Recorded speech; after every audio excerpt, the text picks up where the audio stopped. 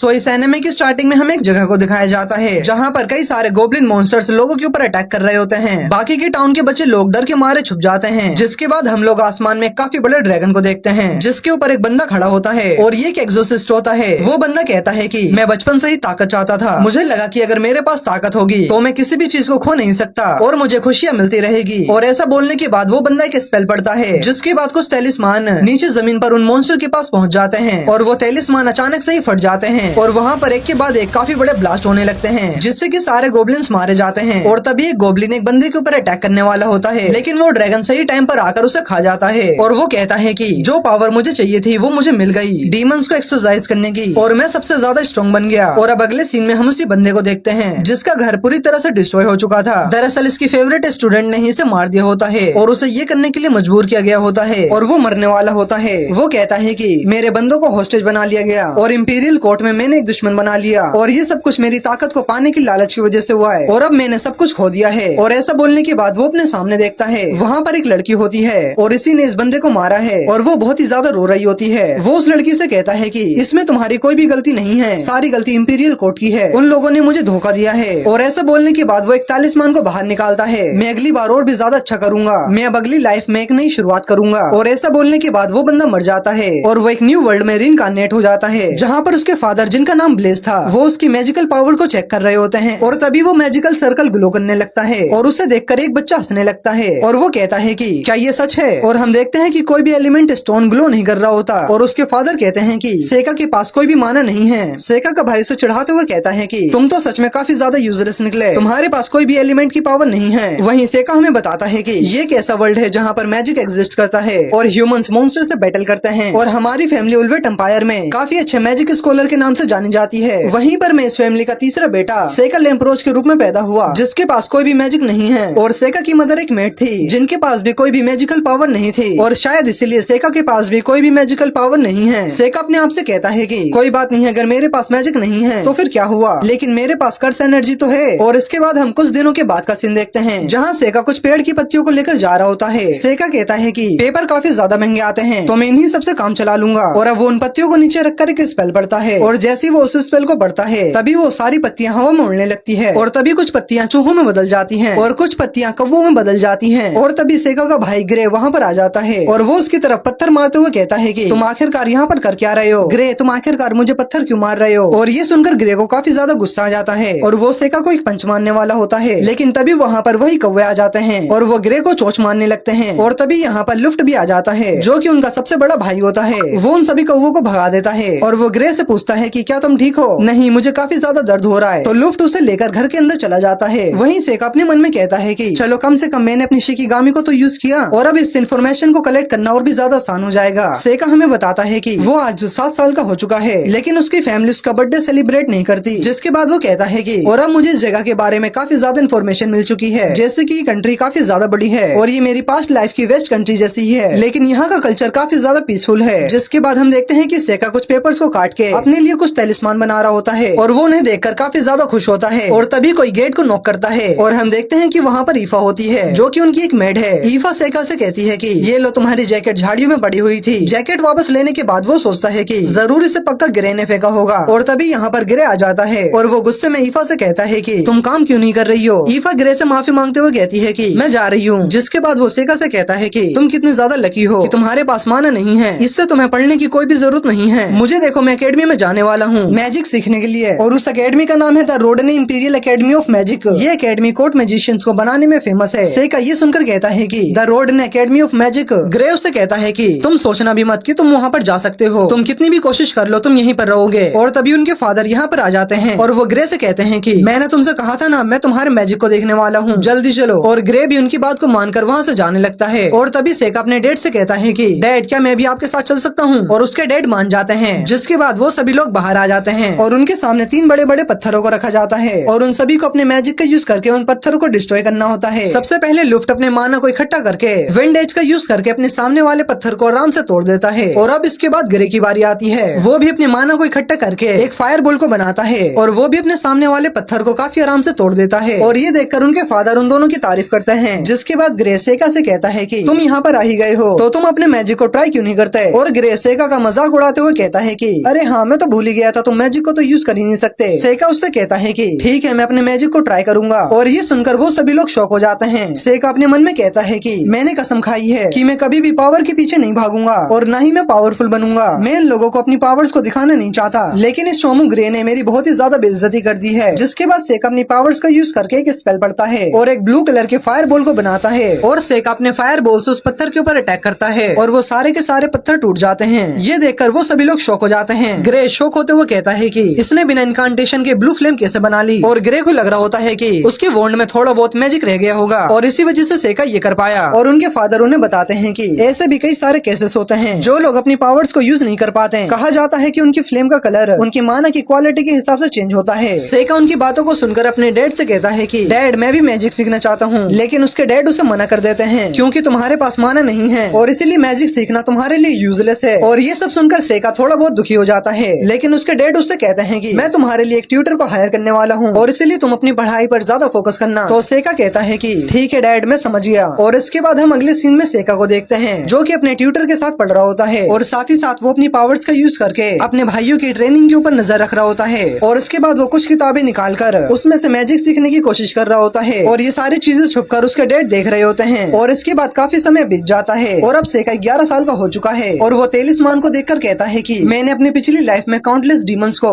Exercise करके seal कर दिया था, यानी कि मैं उन्हें वॉइड में भेज देता था। अगर मैं किसी तरह से गेट को बना लूं तो मैं उन सभी मॉन्स्टर्स को वॉइड से वापस ला सकता हूं, लेकिन मुझे ये नहीं पता कि ये काम करेगा या फिर नहीं। इसीलिए मैं सबसे पहले एक अच्छी बिहेव करने वाली स्पिरिट को समन करूंगा और वो एक तेलिस्मान का यूज करके वहाँ पर एक गेट को क्रिएट कर देता है। और जब वो गेट खुलता है तो वहाँ पर एक स्पिरिट आ जाती है जो कि एक लड़की थी और उसका नाम यूकी है। और वहीं सेका सोच रहा होता है क्या ये काम करा, और तभी यूकी खुशी के मारे सेका के गले लग जाती है। मास्टर हारुयोशी, इतने सालों के बाद मिलकर आपसे काफी ज्यादा खुशी हुई, मुझे नहीं लगा था कि मैं आपसे दोबारा मिल पाऊंगी। सेका यूकी को दूर करते हुए सोचता है कि यूकी तो बुढ़ी हुआ करती थी, आखिर ये इतनी यंग कैसे हो गई। और वो उससे पूछता है कि आखिर तुम इतनी यंग कैसे हो गई। यूकी बताती है कि शायद ये सब आपकी कर्स एनर्जी की वजह से हुआ है। सेका कहता है कि चाहे कुछ भी हो, मैं तुम्हें समन कर पाया, मेरे लिए उतना ही काफी है। यूकी कहती है कि आपने मुझे काफी टाइम के बाद समन किया है, इसलिए आप जो चाहोगे मैं वो करूंगी। तो सेका कहता है कि अरे कुछ नहीं, मैं तो बस टेस्ट कर रहा था कि मैं किसी स्पिरिट को समन कर भी पाता हूँ या फिर नहीं। और सेका कहता है कि मैं नहीं चाहता कि दूसरे लोग तुम्हें देखें, इसलिए यहाँ से वापस चली जाओ। और तभी यूकी अपने आप को एक फॉक्स में ट्रांसफॉर्म कर लेती है और वो सेका के बालों पर जाकर बैठ जाती है। मैं वॉइड के अंदर रह रहकर काफी ज्यादा बोर हो चुकी हूँ, तो इसलिए मुझे यहाँ पर छुप कर रहने दो।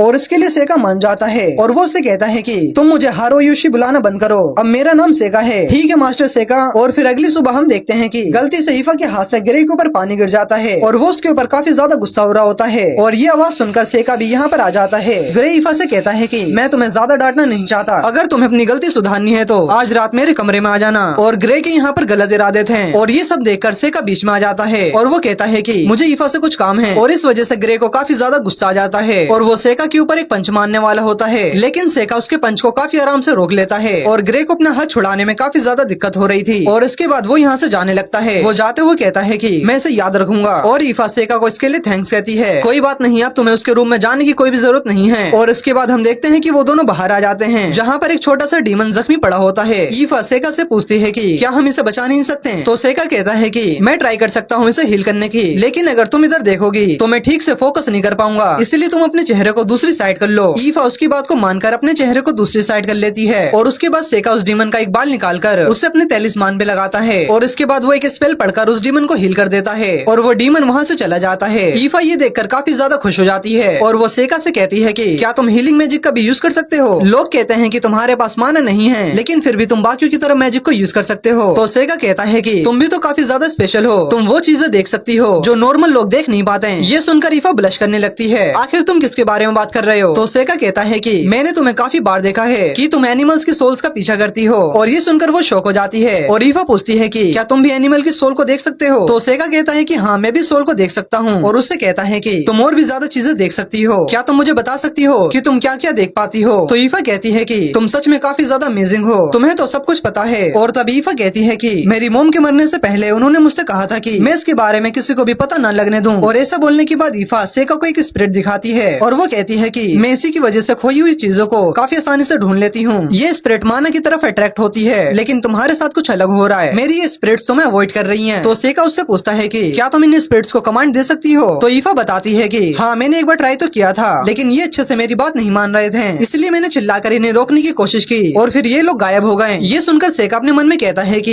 ये लोग ईफा की कमांड को सुन रहे हैं, ये तो काफी बड़ी बात है। और अब सेका कहता है कि मेरी पिछली लाइफ में एक फोक्स डीमन सोल फ्लेम्स को कमांड दे सकती थी और रिसर्च करने के बाद मुझे ये पता चला एक्सोसिस्ट भी सोल को कमांड दे सकते हैं, लेकिन मैं कभी भी ऐसा नहीं कर पाया और इसीलिए मैंने काफी समय तक एक ऐसे बच्चे को ढूंढता रहा जिसके अंदर ये टैलेंट हो और मुझे नहीं लगा था कि मुझे ये इतनी जल्दी मिल जाएगी। और इसके बाद वो ईफा से पूछता है कि ईफा क्या तुम मैजिक सीखना चाहती हो? ईफा कहती है कि मैं मैजिक तो सीखना चाहती हूँ, लेकिन मेरे पास ज्यादा माना नहीं है। अरे तुम्हें चिंता करने की कोई भी जरूरत नहीं है, इस काम में तुम्हें माना की कोई भी जरूरत नहीं है। और इसके बाद सेका एक तलिस्मान का यूज करके वहाँ पर सोल फ्लेम को बुला लेता है। सेका ईफा से कहता है कि जैसे तुम विंड स्पिरिट को कमांड देती हो वैसे ही सोल फ्लेम को कमांड दो और इसे यहाँ से गायब करने की कोशिश करो। ईफा कहती है कि ठीक है मैं ट्राई करती हूँ। ईफा के काफी बार बोलने के बाद भी वो फ्लेम वहाँ से नहीं जा रही होती, जिसकी वजह से ईफा को काफी ज्यादा गुस्सा आ जाता है और वो चिल्लाकर कहती है कि यहाँ से चले जाओ और तभी वो फ्लेम वहाँ से गायब हो जाती है। और ये देखकर सेका अपने मन में कहता है कि ईफा के अंदर टैलेंट तो है लेकिन ये भी काफी ज्यादा वीक है, थोड़ी सी ट्रेनिंग देने के बाद ये काफी अच्छी हो जाएगी। और अब इसके बाद कई महीने बीतने लगते हैं और सेका ईफा को रोज ट्रेनिंग देने लगता है और ऐसा करते करते एक साल बीत जाता है और आज सेका का बर्थडे है और वो आज 12 साल का हो चुका है, लेकिन कोई भी उसका बर्थडे सेलिब्रेट नहीं कर रहा होता, न ही उसके लिए कोई गिफ्ट है और न ही उसके डैड आज घर पर हैं। लेकिन इन सब चीजों से सेका को कोई भी फर्क नहीं पड़ता और इसके बाद सेका कहीं जा रहा होता है और तभी ग्रे उसके पास आकर कहता है कि हम तुम्हें ट्रेनिंग देंगे क्योंकि मैजिक तो तुम्हारे पास है नहीं, क्या पता ट्रेनिंग करके तुम थोड़े बहुत स्ट्रॉन्ग हो जाओ। तभी लुफ्ट ग्रे को रोकते हुए कहता है कि क्या तुम अपने छोटे भाई को अच्छे से समझा नहीं सकते? लुफ्ट सेका को बताता है कि हमने नाइट कैप्टन से सोर्स स्किल सीखी है, इसीलिए हम तुम्हें भी सिखाना चाहते हैं। और तभी अचानक से वहाँ पर एक मेट दौड़ते हुए आती है। लुफ्ट पूछता है कि आखिर हुआ क्या? मास्टर दरअसल हमारे टाउन में काफी बड़ा मॉन्स्टर दिखा है। और तभी एक और मेड यहाँ पर दौड़ते हुए आ जाती है और वो कहती है कि मास्टर वहाँ पर गए थे और उन्होंने अपने फायर मैजिक से भी अटैक किया था, लेकिन वो मॉन्स्टर वहाँ से बचकर भाग गया और अब वो मॉन्स्टर हमारे घर की तरफ बढ़ रहा है। और ये सुनकर ग्रे काफी ज्यादा डर जाता है और सेका भी उस मॉन्स्टर को सेंस कर लेता है और वो बताता है कि वो मॉन्स्टर यहीं पर आ रहा है। और वहीं दूसरी तरफ हमें उस मॉन्स्टर को दिखाया जाता है जो कि एक काफी बड़ा लिजार्ड होता है। और तभी अचानक वो जगह हिलने लगती है। लुफ्ट और ग्रे विंडो को खोलकर देखते हैं कि वहाँ पर तो सच में काफी बड़ा मॉन्स्टर है और वो मॉन्स्टर उनके घर के पास ही खड़ा होता है। और ये देखकर ग्रे की तो फट जाती है और वो डर के मारे यहाँ से भाग जाता है। लुफ्ट सभी मेट्स को ऑर्डर देता है कि घर की सभी विंडोज को बंद कर दो और तुम सभी लोग किसी कमरे में जाकर छुप जाओ। और लुफ्ट सेका से कहता है कि तुम मेरे साथ ही रहना, लेकिन हम देखते हैं कि सेका उस मॉन्स्टर की तरफ जा रहा होता है। वहीं दूसरी तरफ हम उस मॉन्स्टर को देखते हैं जो कि ईफा और एक और मेट को खाने वाला होता है। और तभी सेका जल्दी से वहाँ पर आ जाता है और वो एक तलिस्मान का यूज करने वाला होता है, लेकिन तभी अचानक वहाँ पर एक फ्लेम आ जाती है और वो फ्लेम उस मॉन्स्टर के ऊपर अटैक कर देती है। और ये देखकर सेका काफी ज्यादा शॉक हो जाता है और वो सोचता है कि क्या सोल फ्लेम ने ईफा को प्रोटेक्ट किया। और सेका समझ जाता है कि ईफा ने ही सोल फ्लेम का यूज किया है अपने आप को और उस मेट को बचाने के लिए। और वो ये देखकर काफी ज्यादा खुश हो जाता है, ये तो काफी अच्छा हुआ। और इसके बाद सेका उस मॉन्स्टर को अपने पीछे लेकर आता है। बाकी के सर्वेंट और मेट खिड़की से बाहर देख रहे होते हैं। वो देखते हैं कि मास्टर सेका उस मॉन्स्टर से लड़ने वाले हैं और अब वो मॉन्स्टर सेका को खाने ही वाला होता है। और तभी सेका एक फ्लेम आर्ट का यूज करके उस मॉन्स्टर के ऊपर अटैक करता है। Wood, fire, earth, toxic soul flame art का यूज करके उस मॉन्स्टर को एक ही अटैक में मार देता है। ये देखकर वो सभी लोग शॉक हो जाते हैं। मास्टर सेका तो सच में काफी ज्यादा अमेजिंग है, उन्होंने एक ही अटैक में उस मॉन्स्टर को मार दिया। और सभी मेट्स और लुफ्ट उसके लिए क्लैपिंग करने लगते हैं। और वहीं ग्रे टेबल के नीचे छुपकर बैठा होता है, उसे तो ये पता भी नहीं होता कि आखिरकार बाहर हुआ क्या। और यहाँ सेका अपनी तारीफें सुनकर कहता है कि मुझे यही डेवलपमेंट चाहिए था, मैं हमेशा लोगों को धोखे में रखने वाली लाइफ जीना चाहता हूँ। और इस मॉन्स्टर का नाम एल्डर न्यूट था। वहीं सेका के डैड भी ये सब देखकर काफी ज्यादा शौक में थे। और इसके बाद हम देखते हैं कि सेका के लिए डिनर में काफी टेस्टी खाना बना होता है। सेका सोचता है कि मैंने उस एल्डर न्यूट को मारा तो क्या इसीलिए मुझे इतना अच्छा खाना मिल रहा है। और इस खुशी में सेका के डैड ने उसके लिए पार्टी रखी होती है। सेका के डैड उससे कहते हैं कि तुमने जिस डेंजरस क्रिएचर को मारा है उसे हराने में तो एक स्किल्ड एडवेंचरर को भी काफी ज्यादा परेशानी आती है। और वहीं ग्रे इस बात से काफी ज्यादा चिढ़ रहा होता है। सेका मैं तुमसे सच में काफी ज्यादा इम्प्रेस हूँ और तुम ये भी जानते थे कि एल्डर न्यूट्स फायर के अगेंस्ट वीक होते हैं। सेका कहता है कि थैंक्स डैड, मैंने इसके बारे में टॉम में पढ़ा था और मैंने ये भी सुना है कि आपने फायर मैजिक का यूज करके उस मॉन्स्टर को एक बार हराया था। उसके डैड कहते हैं कि मैं तुम्हें रिवॉर्ड देना चाहता हूँ, बताओ तुम्हें क्या चाहिए। ये सुनकर सेका खड़ा हो जाता है और कहता है कि अगर ऐसी बात है तो मेरी एक रिक्वेस्ट है, मैं अब तक अकेले ही मैजिक सीखता आया हूँ और मैं लैम्प्रोच फैमिली का एक मेंबर होकर अपने स्किल्स को एम्पायर के फायदे के लिए लगाना चाहता हूँ, तो इसलिए प्लीज आप मुझे रोडनी एकेडमी ऑफ मैजिक में एक बार पढ़ने का मौका दीजिए। उसके डैड सोचते हैं कि सेका भी मैजिक को सीखने के लिए काफी ज्यादा हार्ड वर्क करता है और इसीलिए वो सेका की बात को मान जाते हैं। ठीक है, मैं तुम्हें रोडनी एकेडमी भेज दूंगा, लेकिन तुम ये मत सोचना कि तुम मेरे बेटे हो तो तुम्हें डायरेक्ट एडमिशन मिल जाएगा। तुम्हें भी बाकी स्टूडेंट्स की तरह एंट्रेंस एग्जाम देना पड़ेगा, तुम्हें वो टेस्ट खुद से ही पास करना होगा ताकि तुम उस अकेडमी में एनरोल हो सको। और सेका उनकी बात को मान लेता है और वो उनसे कहता है कि मेरी एक और रिक्वेस्ट है, मैं चाहता हूँ कि ईफा भी मेरे साथ अकेडमी में चले। और ये सुनकर तो ईफा भी काफी ज्यादा शौक हो जाती है। सेका अपने मन में कहता है कि ईफा स्पिरिट्स को कमांड दे सकती है, इसीलिए मुझे इसे अपने पास रखना चाहिए। तो उसके डैड कहते हैं कि ईफा के पास तो कोई भी मैजिक एप्टीट्यूड नहीं है, तो वो तुम्हारे किस काम आएगी। डैड, ईफा काफी काम की है, मैं आपको दिखाता हूँ। और इसके बाद सेका ईफा को एक वॉन्ड देता है और उससे कहता है कि अगर तुम मेरे साथ अकेडमी में जाना चाहती हो तो यहाँ पर खड़ी होकर तुम अपनी स्पिरिट फ्लेम्स को पूरी पावर में अनलीश करो, और ऐसा करते टाइम तुम काफी जोर से फ्लेम नोट कहना। ईफा कहती है कि हाँ, मुझे भी सेका के साथ अकेडमी में जाना है। जिसके बाद ईफा अपनी काफी सारी स्पिरिट फ्लेम्स को समन करने लगती है और इसके बाद वो काफी जोर से चिल्लाती है फ्लेम नोट, और उसकी वो सारी फ्लेम्स ऊपर आसमान में जाने लगती है। और ये सब देखकर उसके डैड काफी ज्यादा शॉक हो जाते हैं। वहीं ग्रे कहता है कि ये तो इम्पॉसिबल है, ये तो एक इंटरमीडिएट मैजिक है। सेका अपने डैड से पूछता है कि आखिर ये कैसा था डैड, अब तो ईफा मेरे साथ जा सकती है ना। और उसके डैड भी इसके लिए मान जाते हैं। और ये सुनकर ग्रे को काफी ज्यादा गुस्सा आता है। डैड, आखिरकार आप ये कर क्या रहे हो? हमारी फैमिली में कभी भी दो भाइयों ने एक ही रास्ते को नहीं चुना। अकेडमी में तो मैं जाने वाला हूँ, आप इस मेड और बेवकूफ सेका की वजह से अपनी फैमिली के ट्रेडिशन को क्यों चेंज कर रहे हो? तो उसके डैड कहते हैं कि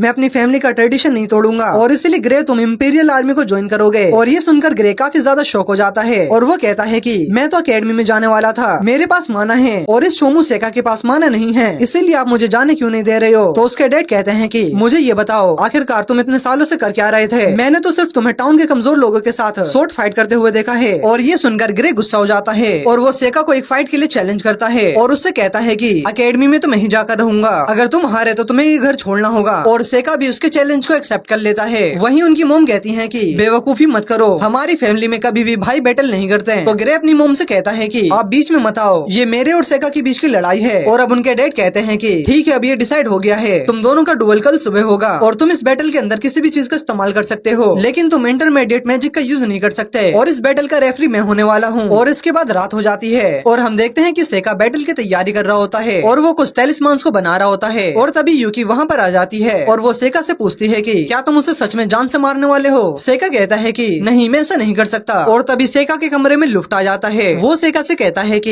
ये थोड़ा लेट है लेकिन हैप्पी बर्थडे, ये लो मैं तुम्हारे लिए गिफ्ट लेकर आया हूँ। तो सेका उस गिफ्ट को ओपन करता है जिसके अंदर एक ग्लास पेन होता है। तो लुफ्ट कहता है कि तुम हमेशा मन से पढ़ते हो, तो इसलिए मुझे लगा तुम्हारे पेन खत्म हो गए होंगे, इसीलिए मैं तुम्हारे लिए ये लेकर आ गया। सेका को भी ये ग्लास पेन काफी ज्यादा पसंद आता है और वो इसके लिए लुफ्ट को थैंक्स कहता है। जिसके बाद लुफ्ट सेका से कहता है कि सेका, मुझे माफ कर देना तुमसे दूर रहने के लिए, मैं तुम्हें आज तक गलत तरीके से ट्रीट करते हुए आ रहा हूँ, लेकिन अब मुझे काफी ज्यादा खुशी है ये जानकर कि तुम हमारे बिना भी काफी अच्छे कर रहे हो। मुझे तुम पर गर्व है कि तुम मेरे भाई हो। और इसके लिए सेका उसे थैंक्स कहता है। क्या तुम कल की मैच के अंदर ग्रे के लिए थोड़ा इजी रह सकते हो ताकि उसे अपना सबक मिल जाए? तो सेका भी उसके लिए मान जाता है। और हाँ, जब तुम अकेडमी में जाओगे तो तुम वहाँ पर काफी अच्छे से पढ़ना। हाँ, मैं करूंगा और तुम भी एक अच्छे लोड बनने की कोशिश करना। और ये सुनकर लुफ्ट कहता है कि मुझे नहीं लगता कि मैं एक लोड की पोस्ट को मैनेज भी कर पाऊंगा। और इसके बाद हम देखते हैं कि सेका उसी पेन को देख रहा होता है और तभी यूकी वहाँ पर आकर कहती है कि क्या ये पेन अच्छा है? जिस पर सेका कहता है कि हाँ, ये पेन काफी अच्छा है। और तभी सेका कुछ सेंस करता है, वो देखता है कि विंडो से कुछ आने वाला है, इसलिए वो यूकी को छुपने के लिए कहता है। और तभी विंडो के बाहर से काफी तेज हवाएं अंदर आने लगती है। और तभी सेका विंडो के पास आकर देखता है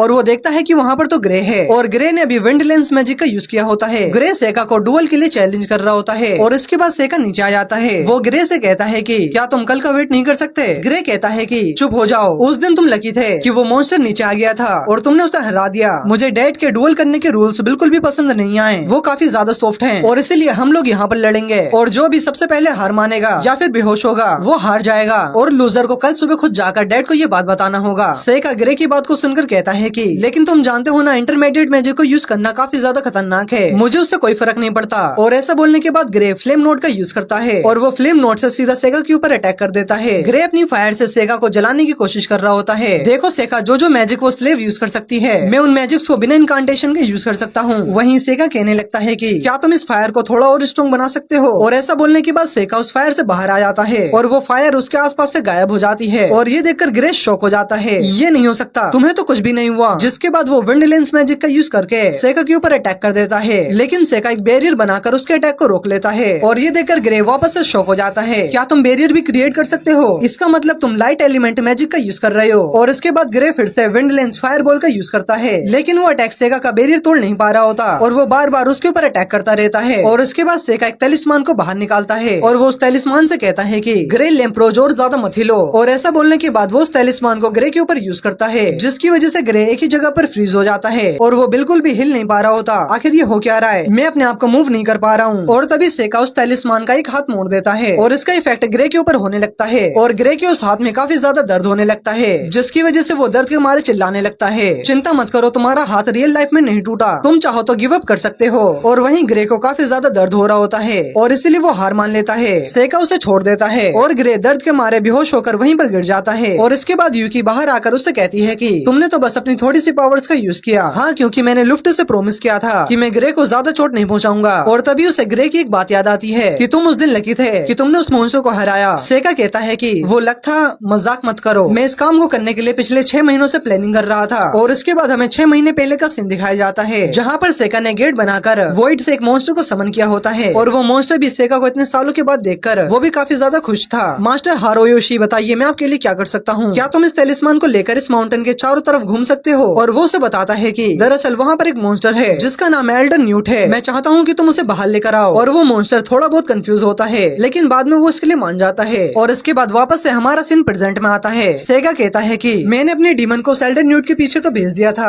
लेकिन मैंने ये नहीं सोचा था कि वो एल्डर न्यूट टाउन में घुस जाएगा। और तभी यूकी सेगा से पूछती है कि आप आखिरकार ऐसा कर क्यों रहे हो? ये वर्ल्ड काफी ज्यादा सॉफ्ट है, यहाँ पर पावरलेस ह्यूमंस हैं, आप इतने ज्यादा स्ट्रॉन्ग हो, आप जो चाहे वो कर सकते हो। ये सुनकर सेगा कहता है कि क्या तुम भूल गई, मेरे पिछली लाइफ में इन पावरलेस ह्यूमंस की स्कीमों ने ही मुझे मारा था, इसीलिए मैं इस जिंदगी में इन ह्यूमंस की तरह रहना चाहता हूँ और इस बार मैं बिल्कुल भी फेल नहीं होऊंगा। और अगली सुबह ईफा और सेगा के जाने का टाइम हो चुका था। बाय करने के लिए सिर्फ लुफ्ट ही यहाँ पर आया था। वो कहता है कि डैड यहाँ पर नहीं है लेकिन उनकी तरफ से तुम्हारे लिए एक मैसेज है, मन लगाकर पढ़ना। हाँ, मैं जरूर पढ़ूंगा। वहीं ईफा को काफी ज्यादा नींद आ रही होती है। उसे देखकर लुफ्ट सेगा से कहता है कि क्या तुमने ईफा को पूरी रात पढ़ाया? अगर ईफा एंट्रेंस एग्जाम पास नहीं कर पाई तो ईफा को अकेडमी में एडमिशन नहीं मिल पाएगा। और इसके बाद ये दोनों अपने कैरेज में बैठकर अकेडमी की तरफ निकल जाते हैं। वहीं सेगा ईफा को एक पेंडेंट देता है और वो उसे कहता है कि ईफा क्या तुम इसे पहन सकती हो? तो ईफा भी उस पेंडेंट को पहन लेती है। सेगा उसे बताता है कि ये पेंडेंट माना स्टोन से बना है जिसकी वजह से कई सारे स्पिरिट्स तुम्हारी तरफ अट्रैक्ट होंगे। और ये सुनकर ईफा काफी ज्यादा खुश हो जाती है और वो उस पेंडेंट के लिए थैंक्स कहती है। ईफा कहती है कि अब हमारी लाइफ में काफी ज्यादा फन होने वाला है और सेगा भी इसके लिए काफी ज्यादा एक्साइटेड होता है। और थोड़ी देर के बाद हम देखते हैं कि सेगा की हालत काफी खराब हो चुकी है क्योंकि उसे कैरेज में बैठने से मोशन सिकनेस होती है। और वो बताता है कि मेरी पिछली लाइफ में भी ऐसा ही था। और तभी ईफा पर्दे को हटाती है और वो बताती है कि बस हम पहुंचने वाले हैं। सेगा भी देखता है और कहता है कि तो ये है द रोडनी अकेडमी। और इसके बाद हम सेगा के डैड को देखते हैं जो कि घड़ी को देखकर कहते हैं कि अब तक तो सेगा वहाँ पर पहुँच गया होगा। और वो कहते हैं कि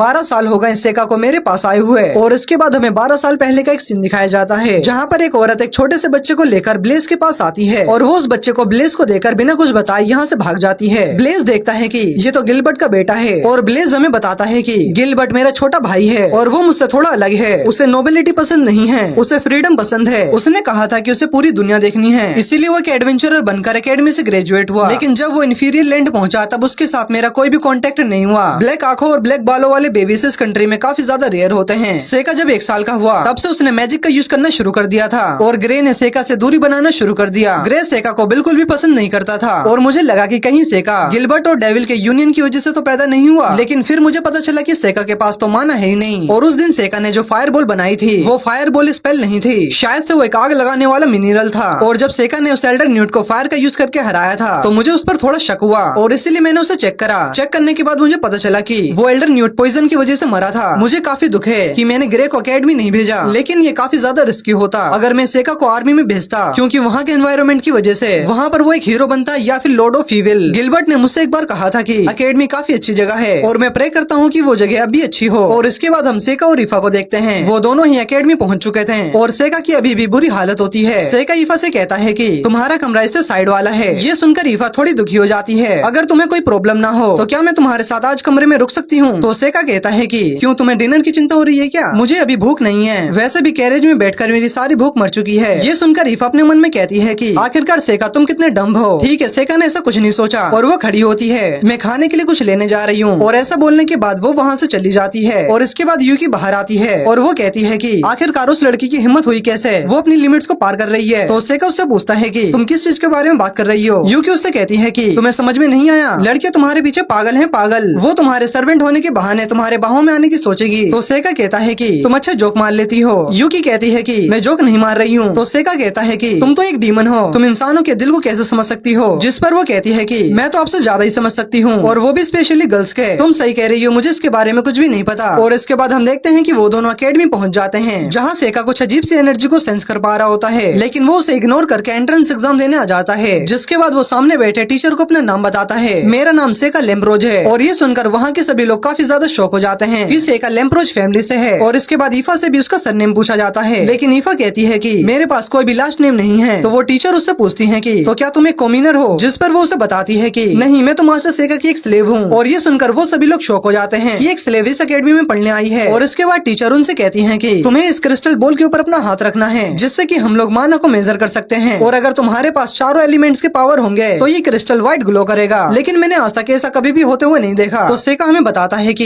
इस वर्ल्ड का मैजिक सिस्टम चारों एलिमेंट के ऊपर बेस है, फायर, वाटर, विंड और अर्थ में डिवाइड है, और इसके अलावा लाइट और डार्क एलिमेंट भी है। ये बिल्कुल इसी तरह है जैसे मैंने 5 एलिमेंटल एक्सोसिम आर्ट डेवलप करा था। और सबसे पहले ईफा क्रिस्टल के ऊपर अपना हाथ रखती है, और हमें पता चलता है कि ईफा के पास फायर और विंड के एलिमेंट हैं, लेकिन वो अभी थोड़े से वीक हैं। जिसके बाद सेका की बारी आती है, वो भी उस क्रिस्टल के ऊपर अपना हाथ रखता है, लेकिन वो क्रिस्टल बिल्कुल भी ग्लो नहीं करता। टीचर उससे कहती है कि दोबारा ट्राई करके देखो। तो सेका कहता है कि मुझे माफ करना, लेकिन मेरे पास माना नहीं है। क्या अगर मेरे पास माना नहीं हुआ तो क्या मैं यहाँ पर पढ़ नहीं सकता? तो वो उससे कहती है कि अरे नहीं नहीं, तुम यहाँ पर पढ़ सकते हो, ये तो सिर्फ रजिस्ट्रेशन प्रोसेस के लिए था। वहीं पीछे के लोग सेका के बारे में बात करने लगते हैं। आखिरकार ये चोमू यहाँ पर करने क्या आया है? क्या ये अपने स्लेव का शो ऑफ करने आया है? और ये सुनकर ईफा को काफी ज्यादा गुस्सा आ जाता है, और तभी वहाँ पर उसकी स्पिरिट फ्लेम आ जाती है, और सेका ईफा को बताता है कि तुम्हारी फ्लेम लीक हो रही है, और ईफा जल्दी से अपने फ्लेम को वहाँ से हटा देती है। और तभी यहाँ पर एक लड़की आती है, और वो सभी से कहती है कि मेरे रास्ते से हट जाओ, और वो लड़की सेका के साइड से चली जाती है। और सेका को उस लड़की से कुछ जानी पहचानी से फीलिंग आती है, और इसका नाम अमू है, और ये एक कॉमनर है। अमू क्रिस्टल के ऊपर अपना हाथ रखती है, जिसकी वजह से वो क्रिस्टल काफी तेज व्हाइट चमकने लगता है, और हमें पता चलता है कि अमू चारों एलिमेंट्स को यूज कर सकती है, और ऐसा करने के बाद वो वहाँ से जाने लगती है। वहीं सारे लोग आपस में कहते हैं कि ये तो एक कॉमनर है, ये लड़की कॉमनर होकर इतनी ज्यादा पावरफुल है, और ऊपर से ये चारों एलिमेंट्स को यूज कर सकती है। और तभी सेका अमू को रोकता है, और उससे कहता है कि थैंक्स, जिस पर वो पीछे मुड़कर कहती है कि तुम मुझे थैंक्स क्यों कह रहे हो? ये रिकॉर्ड मैंने अपने लिए बनाया है, ना कि तुम्हारे लिए। वैसे भी मुझे तुम पर काफी ज्यादा गुस्सा आ रहा है, तुम्हारे पास मैजिक है नहीं, लेकिन फिर भी तुम यहाँ पर आ गए। मैं शर्त लगा सकती हूँ, तुम अपने नोबल फैमिली के दम पर यहाँ पर आए हो। मैं तुम्हें एक एडवाइस देती हूँ, आज के बाद तुम मेरे सामने मत आना। और सेका को याद आता है कि पिछली लाइफ में जब वो मरा था तो उसके सामने एक लड़की खड़ी थी, और अमू बिल्कुल उस लड़की की तरह लग रही होती है, लेकिन सिर्फ उनके बालों का कलर ही अलग है। और अमू वहाँ से चली जाती है। उसे देखकर वो कहता है कि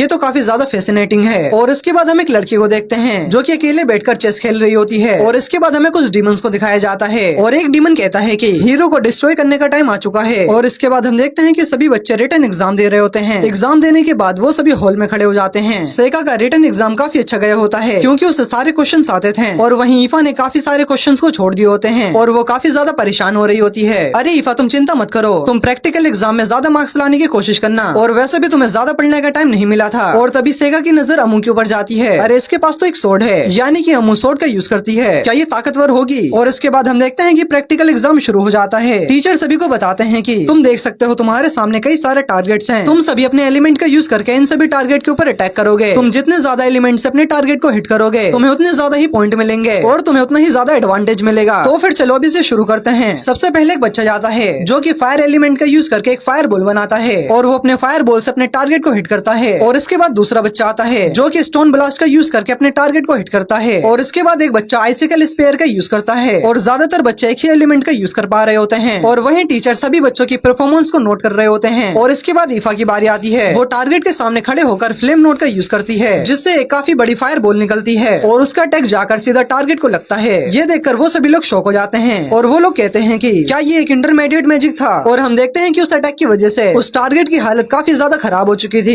ईफा टीचर से कहती है कि मैं नेक्स्ट टारगेट के ऊपर जा रही हूँ, और ये सुनकर सेका शॉक हो जाता है, और वो कहता है कि क्या ईफा एक और एलिमेंट का यूज कर सकती है? और अब ईफा अगले टारगेट पर जाकर विंड लेंस का यूज करती है, जिससे कि सामने का टारगेट काफी आसानी से डिस्ट्रॉय हो जाता है। और ये देखकर वो बच्चे फिर से शॉक हो जाते हैं, क्या इसने फिर से बिना इनकांटेशन के विंड लेंस का यूज किया? और अब ईफा सेका के पास आती है, और वो उससे कहती है कि आखिर ये कैसा था? तो सेका कहता है कि ये तो काफी अमेजिंग था, तुमने तो कमाल ही कर दिया। वैसे तुमने विंड मैजिक का यूज करना कहाँ से सीखा? ईफा बताती है कि इस मैजिक को सीखने के लिए मैंने खुद से प्रैक्टिस करी है, और मैं तुम्हें सरप्राइज देना चाहती थी। तुमने तो सच में मुझे शॉक कर दिया। और वो अपने मन में कहता है कि मुझे काफी अच्छा लग रहा है कि मेरी स्टूडेंट ग्रो कर रही है। और इसके बाद सेका की बारी आती है। सेका को देखकर सभी बच्चे कहने लगते हैं कि इसके पास तो माना है ही नहीं, तो फिर ये ट्राई क्यों कर रहा है? और तभी सेका अपनी ब्लू फ्लेम से एक ब्लू कलर की फायर बॉल को क्रिएट करने लगता है, और वो अपने फायर बॉल से टारगेट के ऊपर अटैक करता है। और ये देखकर वो सभी बच्चे शॉक हो जाते हैं, आखिर ये इसने कैसे किया? इसने ब्लू फ्लेम कैसे बना ली? और इसके बाद सेका दूसरे टारगेट अर्थ पर जाता है, और वो कहता है कि ये टारगेट तो ग्रेनाइट से बना हुआ है। और इसके बाद सेका अर्थ और मेटल एलिमेंट को मिलाकर मेटल आर्ट नाम का अटैक करता है, जिसकी वजह से वो टारगेट कुछ क्रिस्टल की वजह से डिस्ट्रॉय हो जाता है। और ये देखकर टीचर के साथ साथ वो सभी बच्चे सोचते हैं कि आखिर ये किस तरह का स्पेल था। मैं वाटर एलिमेंट वाले टारगेट पर जा रहा हूँ और तभी टीचर उसे रोकते हुए कहते हैं कि पहले तुम ये बताओ कि तुमने अभी किस स्पेल का यूज किया। लेकिन सेका टीचर को इग्नोर करके जाने लगता है। मुझे माफ करना, मैं आपको ये सभी चीजें एक्सप्लेन नहीं कर सकता। और सेका अपने मन में कहता है कि मैंने उस ग्रेनाइट टारगेट के ऊपर मेटल और अर्थ की एनर्जी को मिलाकर उसके ऊपर अटैक किया था, जिसकी वजह से वो टारगेट क्रिस्टलाइज होकर टूट गया। लेकिन मैं ये बात टीचर को बता नहीं सकता। और इसके बाद वो वाटर एलिमेंट वाले टारगेट पर आ जाता है और वो अपने तलिस्मान को बाहर निकालता है और वो यीन एंड वाटर एलिमेंट का यूज करके फ्रोजन फॉल आर्ट का यूज करता है। और इन दो स्पेल की वजह से सामने वाला टारगेट आइस में जम जाता है। और ये देखकर वो सभी बच्चे शॉक हो जाते हैं। लगता है कि मैंने कुछ ज्यादा ही कर दिया। ईफा सेका से कहती है कि क्या तुम बाकी के एलिमेंट्स का यूज नहीं करोगे, जिस पर सेका कहता है कि मुझे नहीं लगता कि मैं और भी एलिमेंट्स को यूज कर पाऊंगा। और वो अपने मन में कहता है कि विंड एलिमेंट मेरे 5 एलिमेंट्स में शामिल नहीं है और मुझे नहीं पता कि लाइट और डार्क मैजिक को कैसे यूज किया जाता है। और इसके बाद शाम हो जाती है। इस लेडी टीचर का नाम कारेन है और उस बंदे का नाम कोर्डेल। आखिर इस साल का परफॉर्मेंस कैसा रहा? इस साल तो काफी अच्छे स्टूडेंट्स आए हैं। और वो कारेन को ईफा और सेका के बारे में बताता है। और इनके अलावा एक और स्टूडेंट है, उसका नाम अमू है। वो बाकी स्टूडेंट से काफी ज्यादा अलग है और यहाँ तक कि वो चारों एलिमेंट्स को यूज कर सकती है और वो काफी ज्यादा पावरफुल भी है। और ये सुनकर कारेन कहती है कि लगता है कि इस अकेडमी के इतिहास में ये पहली बार हुआ है कि किसी ने सारे एलिमेंट्स के टारगेट को तोड़ दिए हों। और वो कहती है कि अमू शायद वो हीरो हो सकती है। कोर्डेल कहता है कि अच्छा, वही कहानियों वाली हीरो। कहानियों में लिखा है कि जब डेविल किंग रिवाइव होगा तब ह्यूमंस के बीच में एक हीरो का जन्म होगा। और ये सुनकर कोर्डेल कहता है कि लगता है कि चीजें और भी ज्यादा इंटरेस्टिंग होने वाली है। और अब अगले सीन में हम देखते हैं कि सभी बच्चों का रिजल्ट आ चुका है और सभी स्टूडेंट्स अपना रिजल्ट देख रहे होते हैं। और वहीं ईफा काफी ज्यादा नर्वस दिख रही होती है। वो सेका से कहती है कि अगर मैं पास नहीं हो पाई तो प्लीज मुझे बाहर मत फेंक देना। अरे तुम फिक्र मत करो, आखिर मैं ऐसा करूंगा क्यों। और सेका को लिस्ट में अपना नाम मिल जाता है और सेका रिजल्ट को देखकर थोड़ा बहुत शौक था क्योंकि उसकी 3rd रैंक आई थी। मुझे तो रिटन एग्जाम में काफी अच्छे मार्क्स मिले थे, लेकिन ये कैसे हो गया। और ईफा देखती है कि वो भी पास हो चुकी है। सेका भी ईफा को पास होने के लिए कांग्रेट्स कहता है, लेकिन सेका काफी ज्यादा शौक होता है क्योंकि ईफा की 2nd पोजीशन आई होती है। और वो सोचता है कि क्या मैं ईफा से प्रैक्टिकल में हार गया। और अब वो देखता है कि 1st पोजीशन पर अमो है। और ईफा ये देखकर कहती है कि अमो तो सच में काफी ज्यादा अमेजिंग है। और कुछ दिनों के बाद रिजल्ट अनाउंस हो जाते हैं और इन दोनों को एक्सेप्टेंस लेटर मिल जाता है। और इसका मतलब कि अब ये फाइनली इस अकेडमी में पढ़ सकते हैं। और आज सभी बच्चों की एंट्रेंस सेरेमनी होती है और हम सेका को उसकी यूनिफॉर्म में देखते हैं। फाइनली आज हमारी एंट्रेंस सेरेमनी है। और तभी ईफा सेका से कहती है कि सेका, तुम्हें नहीं लगती कि ये स्कर्ट थोड़ी छोटी है। और वो कहता है कि नहीं, ये तो ठीक है। लेकिन वो अपने मन में कहता है कि